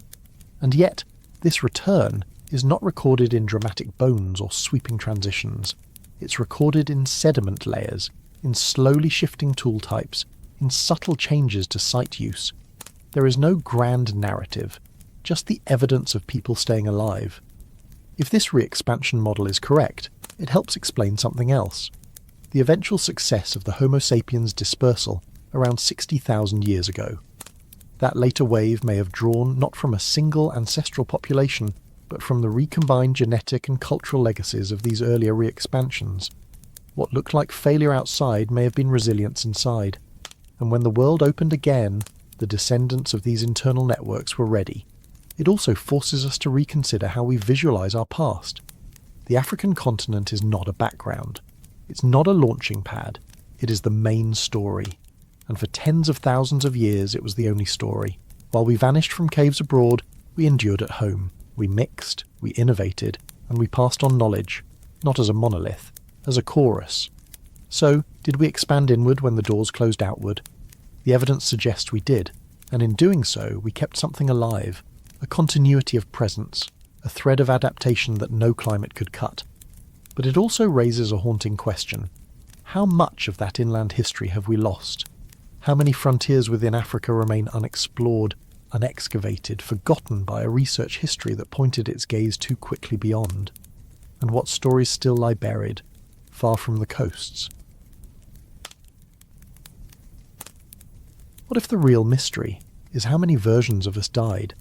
Not in some violent apocalypse, not in a single moment of extinction, but slowly, quietly, over tens of thousands of years, in landscapes that changed, in rivers that dried, in rituals no one remembered to pass down. The early story of Homo sapiens is not a straight line. It is a latticework of vanished paths, and if we could see them all, the lost branches, the almosts, the ones who became no one, we might have to rethink what it means to be us. For much of the 20th century, scientists talked about human origins as if it were a tidy emergence. One species, one place, one moment, a clear upgrade from whatever came before. But the real story, as we now begin to understand it, is messier, less like a dawn and more like a long, low thunder. Homo sapiens did not arrive in a single body. We arrived as a pattern, a collection of overlapping populations spread across the African continent between 300,000 and 200,000 years ago, some with features we'd recognise, some we wouldn't. At Jebel Irhoud in Morocco, fossils dating to roughly 315,000 years ago show a mixture of traits. The face is flat, the teeth small, recognisably modern, but the brain case is long and low, not the rounded vault we think of as typical Homo sapiens. It's us, but not quite. The same can be said of Homo kibish in Ethiopia, dated to around 195,000 years ago, or Herto, dated to about 160,000. Some skulls are robust, others more graceful. Some have prominent brow ridges, others do not. There is no single, modern form, just a scattering of experiments in humanity. And those are just the fossils we've found. What we now suspect, based on genetics, archaeology, and the eerie gaps in both, is that the African continent once held a far greater diversity of human lineages than the handful that survived. Ghost lineages, they're sometimes called. Populations that left traces in genomes, but no bones, or whose bones have crumbled in places too wet, too acidic, too lost to preserve them. These were not different species, they were human. But their version of being human did not make it to the present. Some groups may have lived in the deep interior of the Congo Basin, isolated by forests. Others may have roamed the ancient grasslands of what is now the Central Sahara, when it still held lakes and hippos. Still others could have occupied mountain ranges we've never surveyed, or coastlines now buried beneath the sea, each group with its own dialects, diets, skin tones and cosmologies, none of which we will ever recover. What unites them is not their disappearance, it's their participation in the grand experiment of becoming us. In paleoanthropology, the question of what it means to be anatomically modern is more philosophical than it sounds. Is it a rounded skull? A projecting chin? A certain ratio of limb length to torso? Or is it something else? The ability to adapt to different ecologies, to innovate, to form complex social bonds? If we found a skull with some but not all of these traits, do we call it almost us, or just a variation of us? The reality is that evolution doesn't care about our categories. The traits we label modern likely appeared in mosaic. A group in one region might have had a rounded brain case, but archaic jaws. Another might have used symbolic pigments, but had more robust bones. Traits did not appear in lockstep. They flowed, like language or rumour, between groups over thousands of years. Some became widespread, others didn't. Some faded when the population carrying them vanished in a drought or a war, or simply didn't leave enough children. And here's the haunting part. Most of those traits, most of those groups, are gone. There is no fossil record complete enough to map them all. No archaeological layer that shows the moment one lineage replaced another, but the genetic hints remain. Modern African populations today contain levels of diversity that dwarf those of the rest of the world, a signal that deep population structure existed long before any migration outward. Some of that structure comes from groups that no longer exist. They left their imprint but not their name. What might those people have been like? What songs did they sing? What tools did they carry? What did they believe about the stars? We may never know, but their absence has shape. At certain African sites, researchers find toolkits that don't fit the standard sequences, microliths, where there shouldn't be microliths, patterns of retouch that suggest different training, different priorities, but no associated skeletons, no graves, just the detritus of vanished lives. At other sites, bones are found, fragmentary, worn, that don't match known types, but without more, we can't place them. They are the ones we almost became, and that phrase, almost became, doesn't mean lesser, it doesn't mean primitive, it just means lost. Evolution is not progress, it is survival, filtered through time. Some lineages didn't make it to the present, not because they were inferior, but because they were unlucky. A bad season, a failed alliance, a drying well.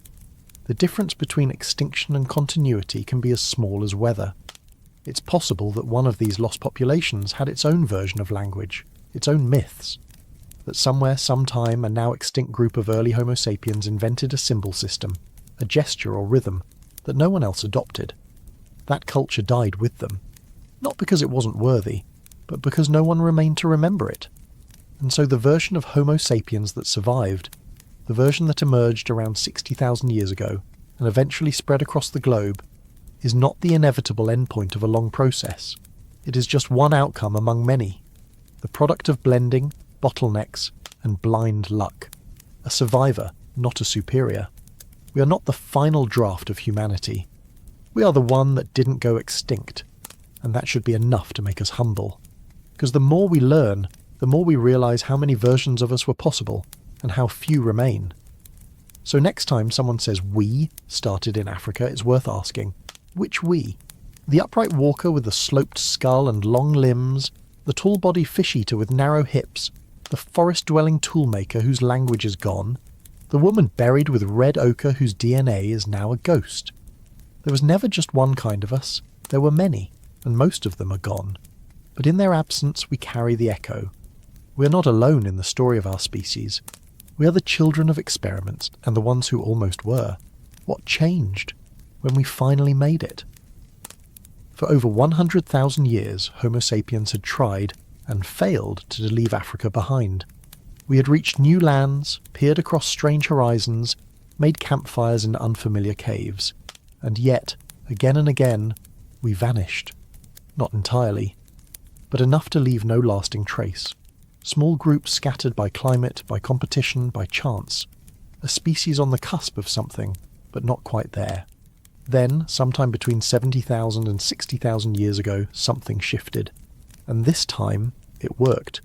This time, we didn't just wander, we didn't just arrive. We endured, we spread, we stayed. So what changed? The bones do not shout the answer.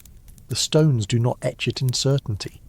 But the pattern suggests that our species, somewhere during this narrow window, crossed an invisible threshold, not in anatomy, not in raw brain size, but in behaviour. We became not just clever, but consistently clever. We began to act with foresight, with coordination, with symbolic abstraction, and perhaps most importantly, we began to act together, in groups large and cohesive enough to survive the unknown. There was no single innovation that unlocked this success, no golden spear or sacred fire. Instead, there was a slow accumulation of shifts. Take, for example, the emergence of projectile technology.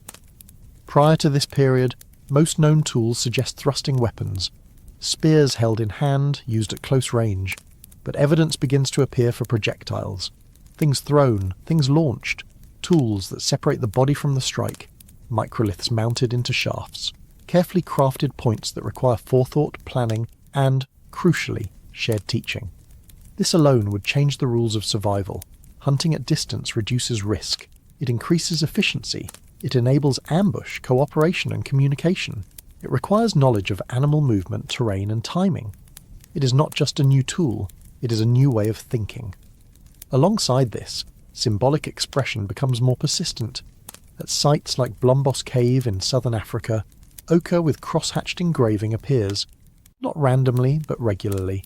Shell beads drilled and strung into ornaments, patterns of pigment use. These are not necessities of survival, they are necessities of identity. They speak to shared meaning, group cohesion, memory. They are not decorations, they are declarations. We are this group, and not that one. It's not that these behaviours didn't exist earlier. They did, in flashes, a shell here, an engraving there. But now they became durable, regular, taught across generations. Culture had emerged, not as a spark, but as a fire that no longer needed relighting. And perhaps that was the key. Because culture is a multiplier. It allows information to accumulate, not just within a single mind, but across time. It creates a memory that outlives the body. And when Homo sapiens crossed that threshold, we stopped being just another clever ape. We became a collective intelligence, not always wise, but capable of remembering more than one lifetime. This cultural consolidation is reflected in the archaeological record. Toolkits become more standardized across regions. Hafting techniques improve. heat treatment of stone becomes common. Points are designed not just for function, but for replication. Teaching becomes embedded. A child born into one of these communities could learn more in 15 years than a lone innovator might stumble across in a lifetime. Knowledge had become shareable. This, in turn, changed our demographic reality. Groups could grow larger without fragmenting. Individuals could specialize. Risk could be distributed. And as groups expanded, they could carry culture with them, not just genes. Each expansion now carried the seeds of continuity. The social world, too, seems to have deepened. Burials become more complex. Evidence of care for the injured and elderly appears with greater frequency. Some skeletons show signs of long-term healing, injuries that would have been fatal without support. This is not just adaptation, it is affiliation. Empathy had become part of the toolkit. But perhaps the most invisible change was cognitive. To migrate successfully across hostile terrain, a group must imagine what it cannot see. A mountain behind the hill, a river beyond the ridge, a memory of abundance that requires return. This is not instinct. It is abstract planning, mental time travel. And it is difficult to see in stone, but its consequences are everywhere. In the regularity of tool types, in the coordination of hunts, in the symbolic marks left on cave walls and beads. Homo sapiens began to operate in deep time, and with that came maps, not on parchment, but in memory. Landmarks remembered, seasonal shifts predicted, routes recited in rhythm. Knowledge passed not through writing, but through repetition and ritual, and because it was shared, it could spread. By 65,000 years ago, signs of this shift are found across Africa. From the coastlines of South Africa to the river valleys of Sudan, toolkits converge in complexity. Symbolic artifacts persist, and while exact dates are debated, the archaeological horizon begins to brighten. Not with brilliance, but with regularity. This was not a revolution, it was a coalescence, and it set the stage for something larger, a migration that would succeed where others had failed. A movement not of lost scouts, but of cultures prepared to endure. When the next door opened, through the Horn of Africa, perhaps along a green corridor, Homo sapiens didn't just leave. They brought their world with them. It's easy, in retrospect, to see this moment as destined. But it wasn't. It was fragile. The groups that succeeded were still small, the route still dangerous, the climate still uncertain. But now, the travellers were not alone in the wild. They were part of something larger, a lineage that could remember, communicate, teach. The last try worked not because we became superhuman, but because we became reliably human. And that raises the haunting question, what if it hadn't happened? What if the ochre hadn't been carved, the point not hafted, the idea not taught? How many times did it almost happen before? How many times did culture flicker and fail? And what made this time different? That question still echoes through the caves, through the bones, through the beads. We don't know exactly why this try worked, only that it did, and everything that followed started here. What do we owe the ones who walked before us and never returned? It's easy to forget them, because forgetting is what deep time does best. Erosion smooths the edges, ash covers the footprints, and the silence that follows extinction is often quieter than we expect. No tragedy, no memorial, just absence. For every Homo sapiens alive today, there are countless others who are not.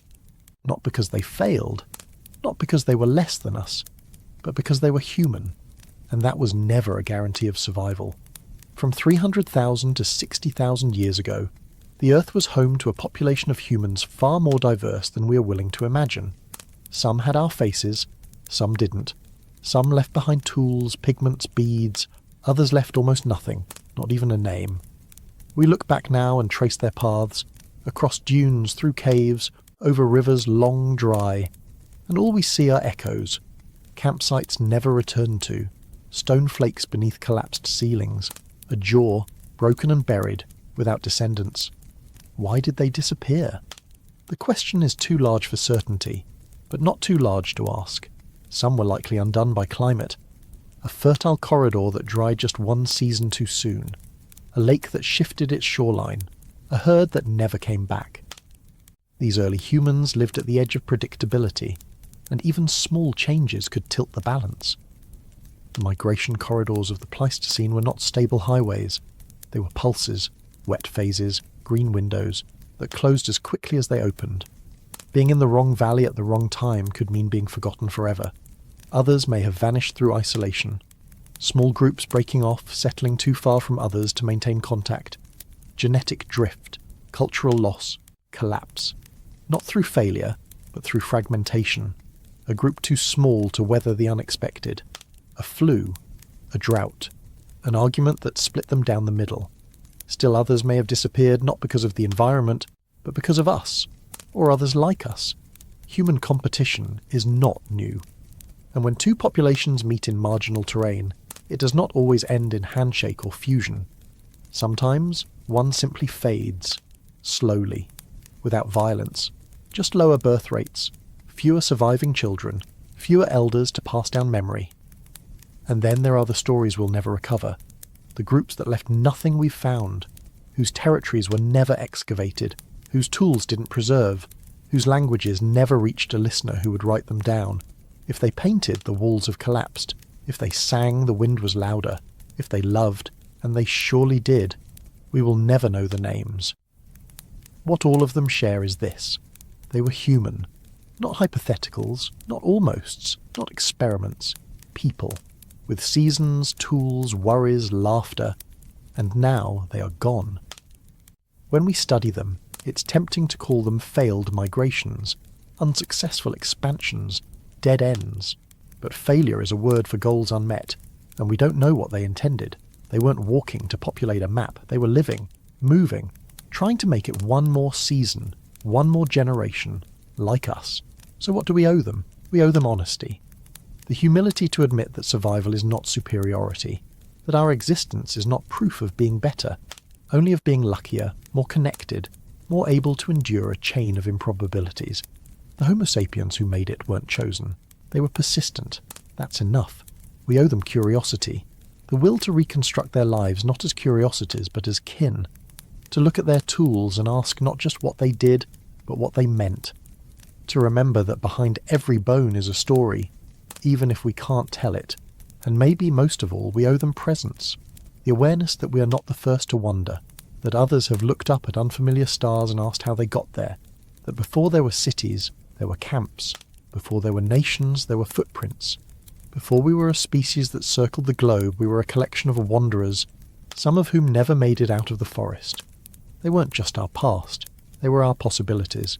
For every lineage that led to us, there were others that ended in silence. For every ancestor whose DNA persists, there are thousands more whose names are unspoken. But even in absence, they shaped us. Every extinction narrowed the path. Every survival taught something. We are the result of all of them, including the ones we do not remember. And when we ask, why did they disappear? We are really asking, why did we not? There is no final answer. Just this. We walk on bones. Every continent we reach was first imagined by someone we forgot. Every fire we light carries the warmth of experiments long gone.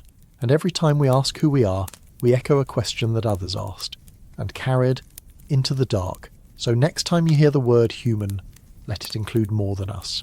Let it include the ones who carved shells before anyone else wore them, the ones who buried children with antlers, the ones who lived and died in caves now collapsed, the ones who held hands as their campfire went out, the ones we almost became. They may be gone, but they walked the path first, and the silence behind us is theirs. Thank you, fellow sapiens, for wandering this timeline with me, for drifting into deep time, for slowing down and remembering. If this helped you fall asleep, helped you study, or simply helped you step out of the noise for a while, thank you for being here. If you think more people should know this story, you know what to do, like subscribe, share it with the sapiens in your life, and tell me, are you listening before bed, while working, or somewhere in the world I can only imagine? And as always, stay curious, stay calm. I'll see you in the next story.